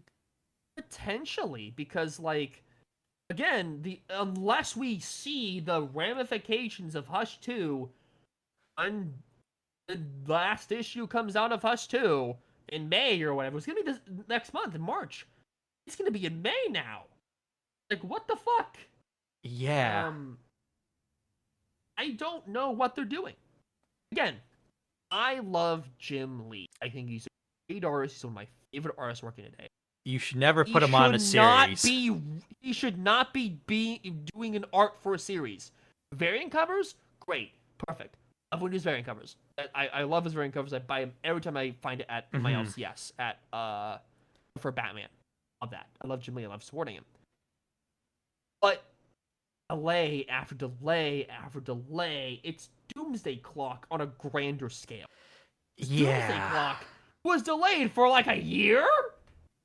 it was for a while. Like it was pretty bad. Like the delays of it. Yeah. So I'm not like, and also Hush 2 universally reviled. I It's love just a that first issue bad though. The first was really story. good, but everything was just like, it's a Bat family. We don't touch you. Blah, blah, blah, blah." It's out of character for fucking everyone. Mm-hmm. And I think what DC's trying to do is be like, okay, fine, it's not canon, but Jeff Loeb, I know you like this story. We're gonna have you in a separate continuity away from that. What the fuck you want? How you want to affect the Matt Fraction run? That would be cool. I would like that. It's interesting to see how this completely like it was everybody was excited for it, and now it's like, man, I can't wait till this is completely gone. I'm just wondering, since I special ordered the Mad About DC, which I will be covering when that comes out, I'm Mm-hmm. super fucking excited for that. The cover I got was a Chip Zdarsky cover of Alfred E. Newman with like the bandages that the Hush 2 bandage he stinks. Like Batman's like vomiting or whatever. And it's like, oh, something Hush 2. It's gonna make fun of Hush 2. Or Hush or whatever. I can't wait to see how they're gonna make fun of that fucking piece of shit. It's gonna be hilarious. Yeah, I think it's for the best if we like, stop talking about Hush 2, stop acknowledging his. Yeah, over the side. We're gonna finish it up, just so we're done, just so we can fulfill our obligations. Mm-hmm. I'm assuming people still have that subscribed. Like, not just gonna I think cancel it. people like it's so sad because it's like they were excited for it, but then you forget about it for so long because it's like it's not even that important anymore, and I kind of hate that. Like it keeps happening. It keeps happening with Jim Lee projects because, like we mentioned And just a again, minute ago, I love Jim All-Star Lee. Batman. I love Jim Lee, but he Don't should not put be him in on charge those of art projects. for a series. Put him on the Maybe- covers. That's fine. Yes, Or variant covers are short great. stories. Yes, or one shot. If we Yeah. drew a one shot, perfect, great. Mhm. Should not be doing it for a series because he's the president DC as well. A lot Yeah, of other things he's to got worry a about. lot of shit. He's got a big ass family and stuff too. Like Yes. this man does not have the time to do it. I feel like he wants to have the time, but you can't. He can't be expected to make comics that are supposed to come out like every month and then keep getting it delayed like this. Like, no offense to him or anything. It's just you have to realize at some point that you're making content for people that are interested in this story. And if you keep delaying the story, it's like a George R.R. Martin moment where it's like he's never going to finish those books. And that's how it feels with this. So, but I think with that, we're wrapped up for this episode. We both have to go because unfortunately we're recording this at like a very squeezed moment in between streams, but Yeah, we couldn't record yesterday because I had work training. But next week we'll be back to Mhm. normal scheduling. yes. Well, we hope you all enjoyed this episode, and Oh, before we go. Oh, okay, yeah. Do we want to cover what's coming out next week? Yeah, real quick. we have to. Okay, really quick. Let's do this really quick. We're gonna do DC, Marvel, and Image. Mm-hmm. Marvel. So my poll list, we have the Ultimate Number 21, which we did a preview of before. It's just like a handbook. The revolutionary stuff. Nice. That's really cool. Iron Man number 2. Perfect. Love that shit. It is also the start of Amazing Spider-Man Venom Death Spiral. And not fucking wait for that. Sorcerer Supreme number 3 comes out, which is gonna be Yeah. Wicked Witch's Sword number 3 comes out, which is gonna be great. Been Oh, loving I don't what they're think doing we with Wiccan. covered that Wiccan is getting a new book as well Right, yes, he is getting a new series. with his husband. Well, it's actually a one shot. It's a one shot. but it's gonna be awesome. People are suspecting it's gonna be like replacing the Pride special, which I hope not. I think it is. The Pride It's gonna special. be May. The Pride special comes in June, though. I think it says it's for the Pride special. So. We also have the End 20 number 3, Hulk Smash Everything number 3, and Black Panther Intergalactic number 3. Hell yeah. Are you reading Predator Bloodshed? No, I'm not. I think I'm Are you done with those reading- Predator books. Are you reading Inglorious X-Force? Because I know you I read the am. last one. Yes, I am reading that. Are you reading Psylocke? Because I know you hated that last one. I'm not reading that Psylocke book. It's trash. It is trash. Are you reading Rogue? I am reading Rogue. I'm picking up Rogue number 2. Okay. And are you picking up Punisher? No, I'm not picking up Punisher. I don't want to. I don't like the Punisher. He's not my guy. For DC, we have a lot of really good shit coming in. We have Yes. Absolute Wonder Woman number 17. She's fighting Zatanna. Absolute Marshman number 9. More Absolute Marshman. What can I say? Hell yeah. Of Comics number 1106. It is the final Courage That Kills issue. I'm really excited to see how he ends the Courage That Kills arc because it's been really good. Mm-hmm. I believe next arc after this on his own, thank God. Hell yeah. But it's gonna have him, Dinah, and Ollie. You're all gonna team up, and it's a two-part. Ooh. Superman number 35. Okay, so there is one more Superman issue before Yes. Superboy. Before he disappears. It's like Superman's dead, and like the time trappers like falling and stuff. So let me explain some of that stuff. And Just League Limit number 16, following Mr. Terrific in Hell. We don't see Mr. Terrific on the cover of the next issue. Ooh. So is he going to die? I hope I not. hope not. He got like- introduced, and we need him. We need him. ECU made him a big fucking character. Be ashamed to be like, Mhm. oh, you want to see him? You want? No, he's dead. Yeah. With the Flash number 30, which I believe you are. Reading, Yes, right? I'm gonna read the rest of that. It's the wrap up of the DCKO tie-ins. Yes. We have the final issue of the current Green Lantern, not volume, but arc. I'm not reading that, but the next issue where it's like the, I believe it's Green Lantern number 600. Yeah, Green Lantern 600. Oh, really? Damn. The legacy variant or Nice. legacy numbering. I will be reading that. Cool. We got number 3 of the Batman Second Night. I'm not reading it right now, but I was reading the first night. Okay. If you don't know what it is, it's Batman, but like original, like Detective Comics, like Mhm. 1920s Batman, like old shit, and it's cool. I may catch up. I don't know. Nice. Justice League Godzilla vs Kong. Are you reading that? No, I still have to read the original one, and then I'll read that one. And then we have New History of the DC Universe. I'm for the picking Cody that Issue. up though. That's the one that we all need to pick up, so that way people know that we want a new Static book. I loved the new DC Universe history that Mark Waid wrote back then. It was like a 4-issue. Have all the back issues. It's great. I love that series. It really delves into like the history and it gets you caught up to speed with a lot of like major arcs and stuff. And as for Image, I'm picking up Phantom of the Opera, Universal Monsters, number 1. we have Family Opera. War Crisis number 8 is getting a second printing. If they have that, I'm buying it because I love it. Oh, was it that one by the one that you were talking about with the comic book guy and everything? Yeah.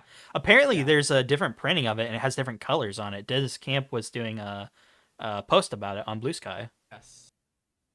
so it looks interesting. Doesn't seem there's any massive verse stuff. There's a Rogue Sun in that. Which, by the way, we will probably talk about a little more in depth next week. Mm-hmm. There is a Humble Bundle sale going on. It has Yes. a bunch of massive verse books. I'm getting it. You should get it too. If you want to read a bunch of volumes for a very cheap price, you can donate whatever amount of money you want to it. I would donate quite a bit if you want to give to a good foundation. But it's to help libraries. So I believe $18 minimum gets you the full collection. I think you can get single volume everything of like yeah. Rogue Sun, Radiant Black, Radiant Red, Radiant Pink, the Massiverse. Everything manuals, all of to like up to date you can get and get caught up. that. Well, as of the trade paperbacks, so that's a Yes. contain back issue. Yes. Because Volume 8 of Radiant Black doesn't exist yet. Yes. I did get Volume 7 delivered to me. I'm gonna read that. I believe it was next week the cutoff or something for like up, and I'm gonna talk about it. Like the week before the next issue comes out, we're gonna do a whole topic just about Radiant Black and the other Massiverse stuff as well. Because I want to also pick up Rogue Sun. Yeah, that's all we got for next week. That's all I got time for now. Yeah, we will all we'll see you all next time. Goodbye, everybody. Bye.